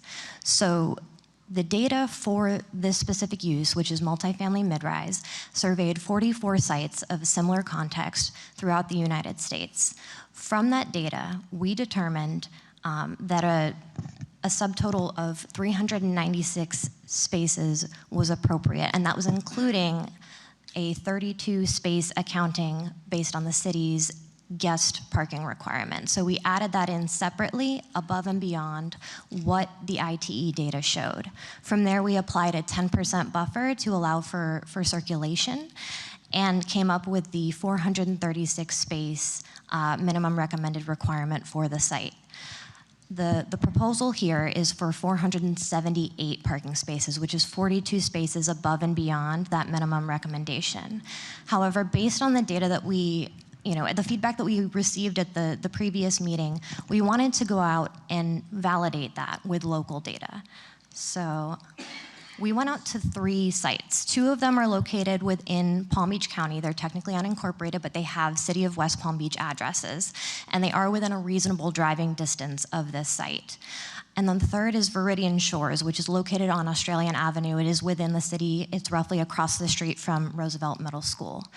And the 3 sites were chosen because they were in similar suburban contexts where it encourages the residents to be car dependent. And we wanted to understand, based on these sites, all of which received at least a 20% parking reduction from what their code required minimums were. What is the actual demand now that these sites are operational, have been in use for a number of years, and are operating all above 90% occupancy of the units themselves? So we went out with our drone operators and took aerial photography at each of the sites in order to determine what the peak parking demand was for those sites. So we went out before dawn to determine what that overnight parking requirement was on a typical Monday and typical Tuesday. We would have collected them on the same day, but in order to make it to all 3 sites in a reasonable amount of time, we didn't want to wait until more residents had gone to work for the day. So based on that, all 3 of the sites currently have unit occupancies above 94%. So these aren't half vacant communities. And based on that, we determined what the observed demand was per occupied unit. And the highest demand that we observed at the 3 sites, at Pine Ridge and at the Palm Beach Preserve, was 1.27 spaces per unit. So we found that that further validated the national data that we were using and seeing it play out on a local level. And for context, I'm going back just to show the aerials again. Palm Beach Preserve is located on the corner of Cleary Road and Belvedere Road, just east of Florida's Turnpike. It's not walkable to any of your daily errands. In the case of Pine Ridge, you're located on the corner of, I believe it's Wallace Road and Southern Boulevard. It's a little east of Jog Road. It's a similar context where you're between county thoroughfare roads, and it is encouraging residents to be car dependent. The third, being Viridian Shores, being located within the city, is on Australian Avenue, a similar context in terms of all sites being surrounded by a mix of industrial and single-family homes, so a very similar suburban context. And we looked at it a little bit more just to understand. The two sites in Palm Beach County and unincorporated do not have their unit breakdown. However, Viridian Shores does. And it was interesting to note that in the case of Viridian Shores, they're actually operating at 30% of their units being one-bedrooms and studios, where we're operating at 56% of our units being one-bedrooms and studios, which we think further supports why we would have a lower parking demand having more of our units be those one-bedroom and studio units. You're typically going to have fewer residents, fewer occupants in those spaces. So to summarize what we have done so far, we have looked at the ITE national data, which we found supported our recommended parking supply of 436 spaces. Again, provides a buffer to allow for some margin of error there, and then went out to collect the local data. And we found that local data supported an even lower parking demand, and we feel confident that in this case, the rate that we're proposing of 1.5 spaces per unit is appropriate. However, we have gone back and forth and had discussions with staff to determine an appropriate package of transportation demand management measures that we believe would help to further reduce dependence on vehicles and having lower vehicle ownership throughout the site. So that site-appropriate TDM package includes a number of measures. We are proposing a new bus shelter. There's a bus stop on Haverhill Road immediately in front of the site. But in addition to that, we're also looking at bicycle repair stations, indoor bicycle storage, better mixed-use paths in front of the site. And most importantly, one of the things that staff was adamant about was the unbundling of parking from the leases. So in a lot of cases, you'll see certain communities where you have a certain number of reserved spaces per unit. And what that effectively leads to is an inefficient use of parking. So if you have some residents who, say you're a nurse and you work nights, or somebody who's an office worker and works during the day, they can't use one another's spaces in those communities. It leads to things being less efficient and can often lead to more of a parking struggle than an unbundled parking scenario. And ultimately, we feel that these measures together support our parking recommendation. Thank you. Thank you so much, Stephanie. That concludes our presentation. Again, we have our developer team and the applicant here to answer any questions. Thank you. Any questions for staff before we turn to the applicant? Commissioner Sylvester? Just one, thank you for that. That clarified a lot. But just one question. When did you do the overnight study? What time was that? A little bit before 5 in the morning. A little before 5 in the morning. I just think of, because I've done it, you know, I was an overnighter in a hospital. There are a lot of workforce that works nighttime. And I don't think that's very reliable to just say, we don't need those, they don't need those spots. Because you really don't know how many are going to be working overnight, how many get up early to go to work. But everything else I respect what you said. And we certainly think that they need those spaces. The reason for the unbundling is just to make sure that it's more efficiently used throughout the day. And effectively, we do understand. We're looking at a robust package of transportation demand management measures there to support this. And I did want to note also, sorry, that residents, this community will be gated, so staff on site will have an understanding of how many residents are living there at a given time in order to understand what the maximum number of resident vehicles could be in order to better manage parking demand. Commissioner Warren and then Commissioner Ward. Thank you so much for all of the due diligence that you've put into the conversation that we've had.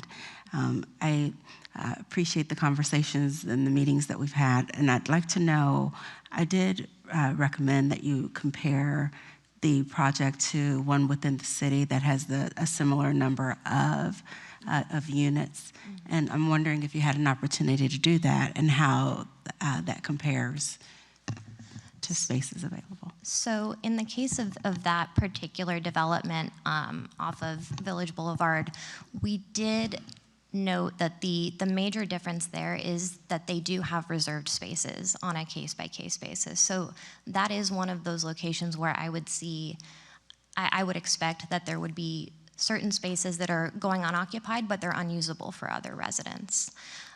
We weren't able to come up with the site plan for that use, so I don't have the exact parking rate that they used, and I apologize for that. But the biggest difference that we saw was the bundled versus reserved the unbundled versus reserved parking. Thank you. I'd like to hear from staff. Sure. If staff may be aware of the condominium association and any information about the parking that's there. I believe you're speaking about the Sterling development, correct? Which was approved as Glenmore in 1988. We looked at our records, and I only became aware of the request this morning, but we looked at the records and we could not find specific information about the number of parking spaces that were approved at the time. As you indicated, the number of units in that development is almost identical to the one that we are discussing today, 318 units versus 319.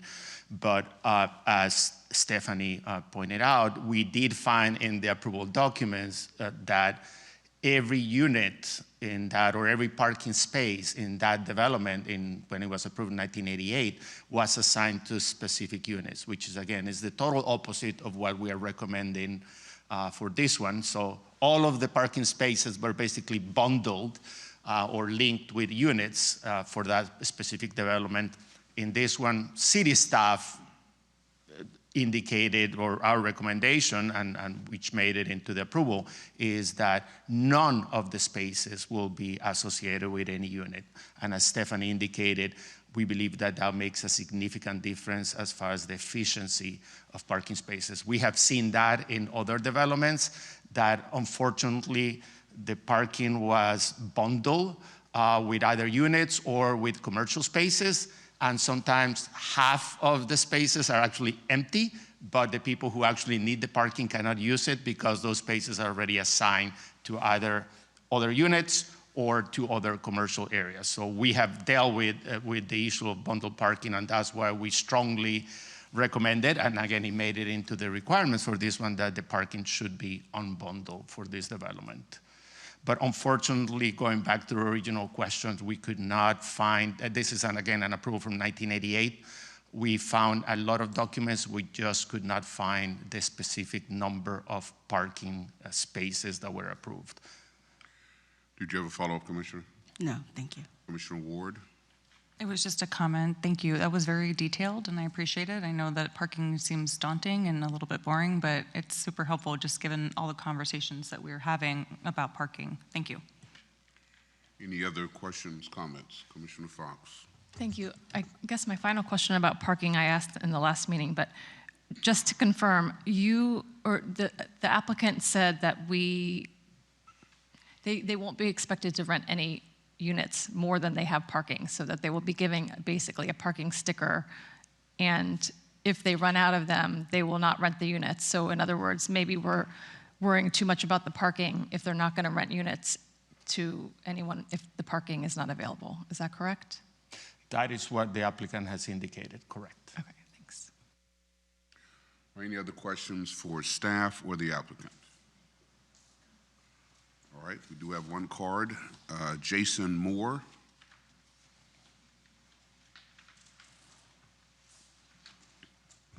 Hi, Jason Moore, 1050 Blanche Street. I'm in favor of this project and wish other projects here in West Palm Beach had these TDMs and parking waiver as well.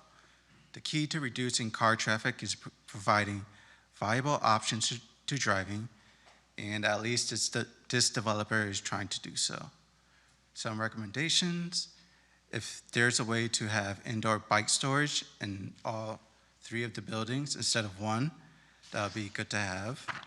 If there was a way to offer every resident here the Palm Tram Pass instead of just workforce residents, that would encourage more people to use it. And I leave you with this question: would you rather have an affordable housing problem or a potential parking problem? With the TDMs offered, the parking waiver should be allowed and this resolution be approved. Thank you. Thank you. All right, if there are no other questions or comments, I'll entertain a motion. Mayor, I move approval of resolution number 136-26 with conditions. It's been moved and seconded. Discussion. Hearing none. All those in favor of the motion say aye. Aye. All those opposed, like sign. Hearing no opposition, motion carries unanimously. Thank you. It's now time for comment from the public. Do you have any cards? Okay. We have a few cards. Tyrone Smith, Jason Moore, and Michael Cleveland. Tyrone Smith, or Gon Smith. I'm sorry if I got the name wrong. State your name for the record, please. Tayshawn Smith. I'm a former resident in Boynton Beach, and I have a visual impairment, and I'm legally blind in the state of Florida, and I'm also a former student at Florida School for the Deaf and Blind in St. Augustine. And I'm here today to address the issue that have come to my attention, that there's not a reliable way of public transportation for people with visual impairments and also individuals who are fully blind. For example, I actually work in Deerfield Beach at the Publix warehouse in Deerfield, and I pay $30 a day just to get to work, which is a tank of gas for a majority of people here. And I'm here to propose a rideshare program. I'm so sorry. I'm here to propose a rideshare program through Uber or Lyft because Palm Tram Connections is kind of obsolete and outdated, and the last time it was updated was in 2000 and in 2000 through the ADA, and it hasn't been upgraded since, that's like 26 years ago. So for an individual like me that is high functioning and does not rely on SSI, the times of operation really doesn't have any benefit for me. I'm paying over $600 a month in just transportation, and sometimes more than that, just to stay independent and operate in South Florida, as the infrastructure has grown so much. And I actually heard a young lady speaking about how most places have to be car independent. As an individual who can't operate a motor vehicle, that most places are not even beneficial for me to even live here anymore. And I may have to move to Jacksonville just because it's more of a city, and I don't want to have to do that because I want to reside here because my parents are getting older and I may have to take care of them. And also my rideshare proposal is that we use Uber or Lyft as a way to subsidize or make transportation cheaper for people with a disability who are contributing to society. You know, I've worked at that Publix warehouse since I was 19 years old, and I'm gonna be 25 this year. And you know, it's either A, I move closer to where I stay, or B, I have to move somewhere else where I can, you know, continue to remain independent while, you know, having a reliable form of transportation. And the gentleman over here that spoke about, you know, I'm taking the bus, you know, I'm walking to work, you know, I'm doing all the things that a young man that cannot operate a motor vehicle needs to do to get around, but I cannot afford to continue to pay $30 a day just to get to work. And then sometimes I would pay $30 just to get home because I was going to Palm Beach State to do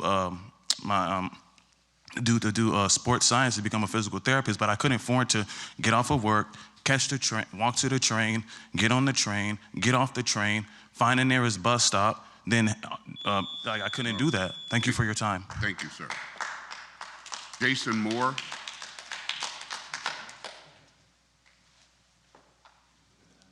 Hi, Jason Moore, 1050 Blanche Street. I want to speak on the recent and terrible hit and run on South Olive Avenue. I call on the city to implement traffic calming measures to slow down cars, from roundabouts, speed humps, chicanes, raised crosswalks on city streets are just a few examples.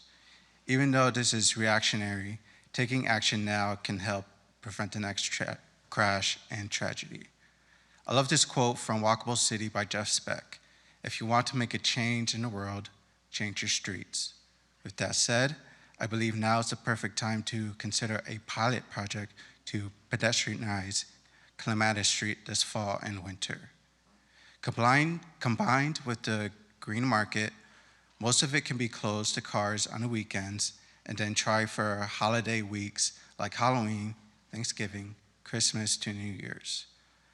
Clematis Street is one of the best streets here in West Palm for open streets. Working with businesses and partners on Clematis, this can be a successful way to have an open street for people. Thank you. Thank you. Michael Cleveland, he's still here? I don't see. Okay, thank you. We'll now turn to comments from the dais, beginning with you, President Peduzzi. Thank you, Mayor. I think most of my colleagues here on the dais know that about a week and a half ago, I took my daughter roller skating with a group, and she fell and broke her ankle. Oh, wow. And we ended up taking her to a pediatric urgent care center outside of the city, which was our first mistake. They weren't equipped to handle it.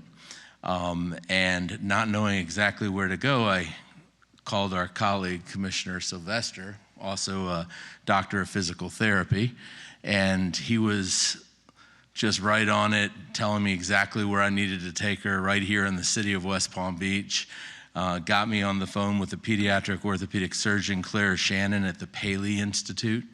And I want to take this opportunity to highlight the work that the Paley Institute does here in the city of West Palm Beach that serves the residents of the city of West Palm Beach, but not only the residents of West Palm, the residents of Palm Beach County, the residents of Florida, the residents of the United States, and the residents of other countries. I had no idea that they are the premier pediatric orthopedic surgery practice that sees patients from all over the world right here in the city of West Palm Beach. They specialize in leg lengthening procedures for deformities. It's unbelievable the work they are doing. And while I was sitting there in the waiting room, I heard all the different places that people are from.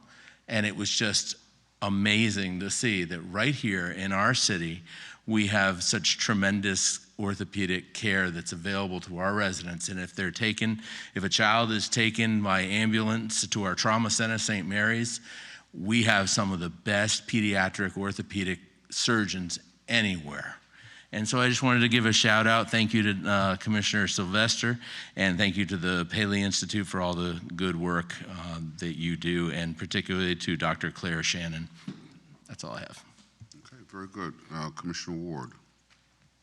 Oh, you're switching up the script. Okay.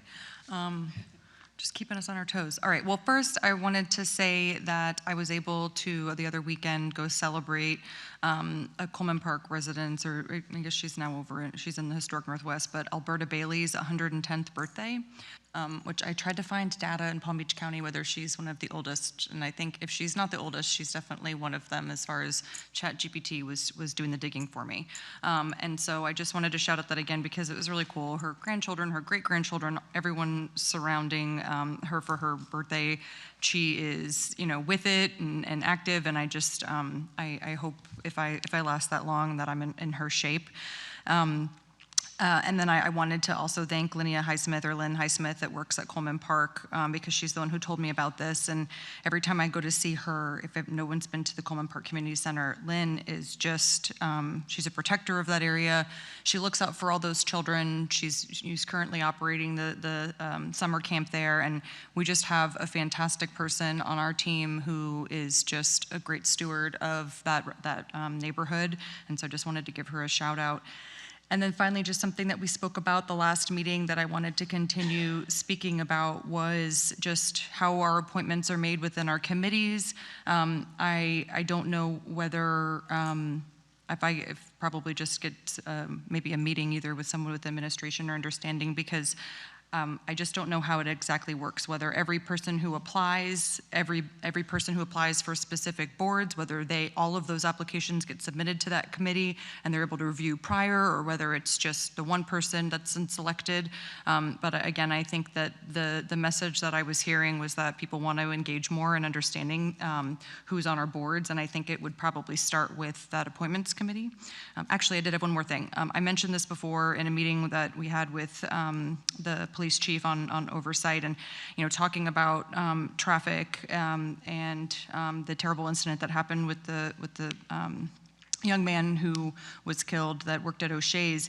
I constantly hear, like, where are police cars that are monitoring traffic and oversight? And I know Palm Beach Gardens utilizes kind of what we used to have, which is citizens on patrol, but they're also able to write tickets and oversee when accidents happen, alleviating our officers that are our sworn officers to be able to do other things and move. And I would love to see if we could either partner, understand what Gardens did, and do that here, because we have a lot of active residents who I think would take that on, because we do have a lot of people who are speeding, and sometimes it's unknowing. Some of our roads are wider, and you naturally, you don't realize you're supposed to be going 25 and you're really going 35 to 40, but that matters and a life could be saved. And so I think it's incumbent upon us to try to bring as much help possible given some of the staff shortages that we still have.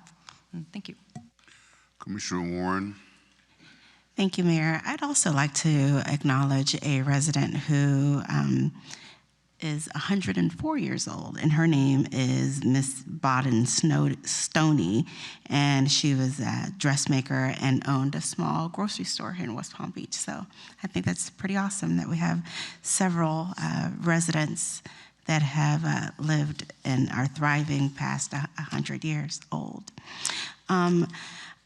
Resolution number 158-26 submitted an application to the U.S. Department of Transportation. I'd just like to recognize and thank our staff, particularly Dante Drummer, our grants program specialist, for his hard work and persistence in pursuing the grant opportunity along the South Florida rail corridor. If awarded, these funds will help improve safety at the railroad crossings throughout West Palm Beach and help protect residents, pedestrians, motorists, and rail passengers along the transportation corridors.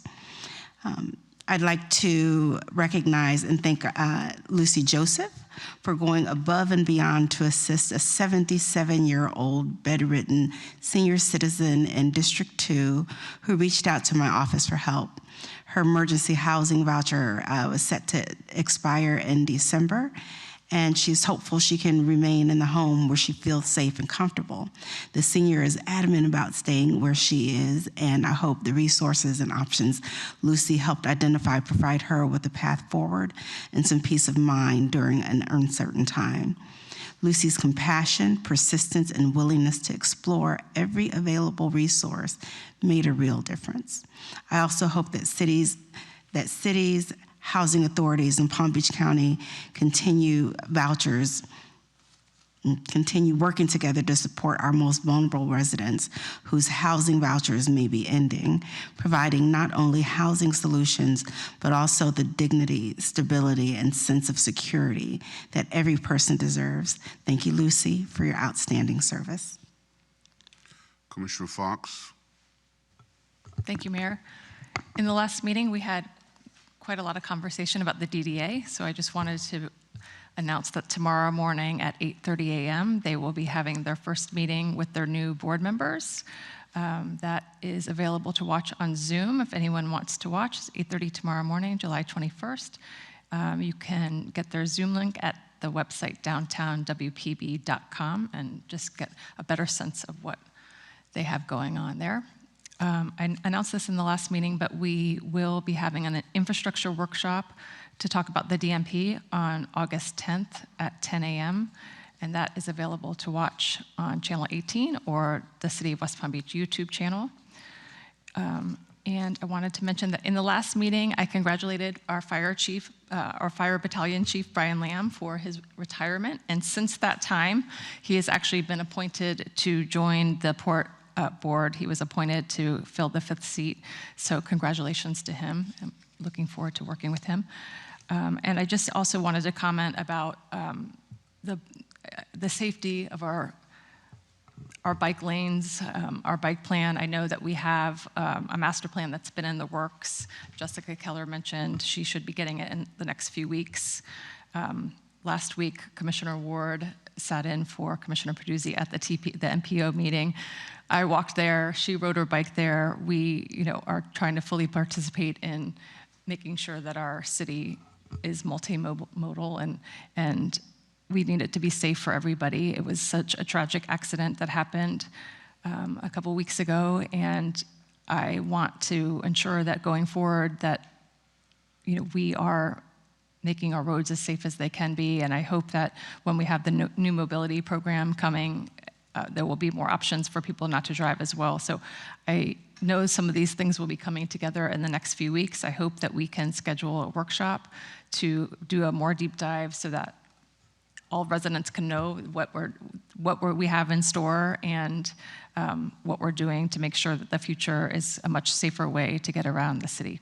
That's all I have. Thanks. Commissioner Sylvester. Thank you. I recently had the opportunity to tour the Sound, and for all you in the South End, that's the 8111 property behind Trader Joe's. It's a beautiful project. The pool area is amazing. There's going to be 90 workforce housing units in there. I'm looking forward for it to open. They plan on opening date probably early September.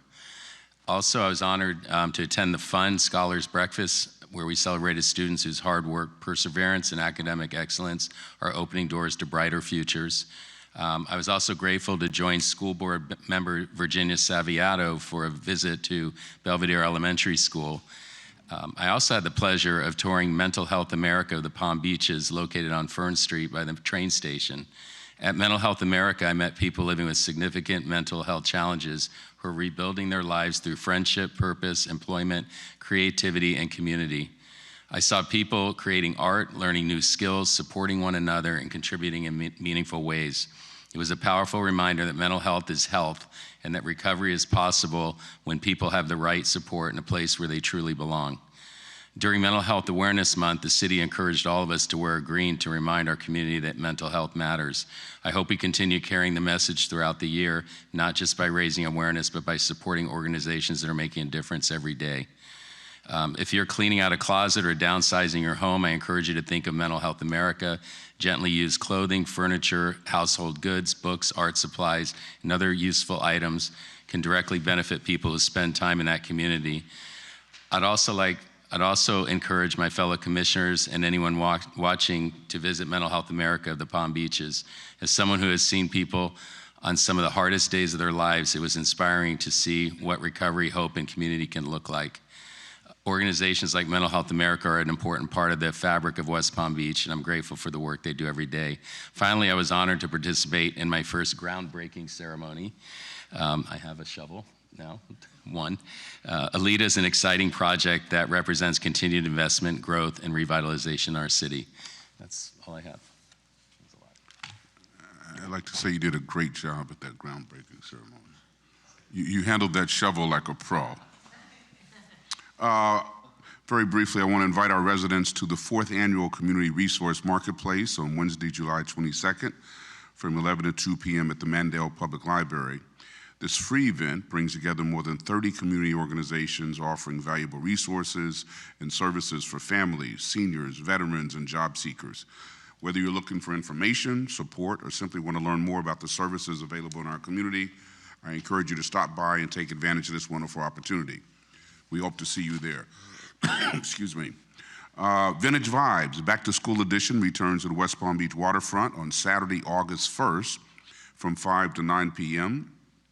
This free family event will feature live entertainment, games, food trucks, local vendors, and activities for all ages. The first 500 students will also receive a free back-to-school kit with pre-registration. I want to thank our partners at the West Palm Beach Downtown Development Authority, along with our community events team, for creating opportunities that bring families together and help our students start the school year strong. We hope you will join us for a fun evening on the waterfront. For more information and to register for a back-to-school kit, visit WPB.org/vintage vibes. That's WPB.org/vintage vibes. That concludes my remarks for tonight. Good night, and God bless you, and God bless the great city of West Palm Beach. This meeting is adjourned.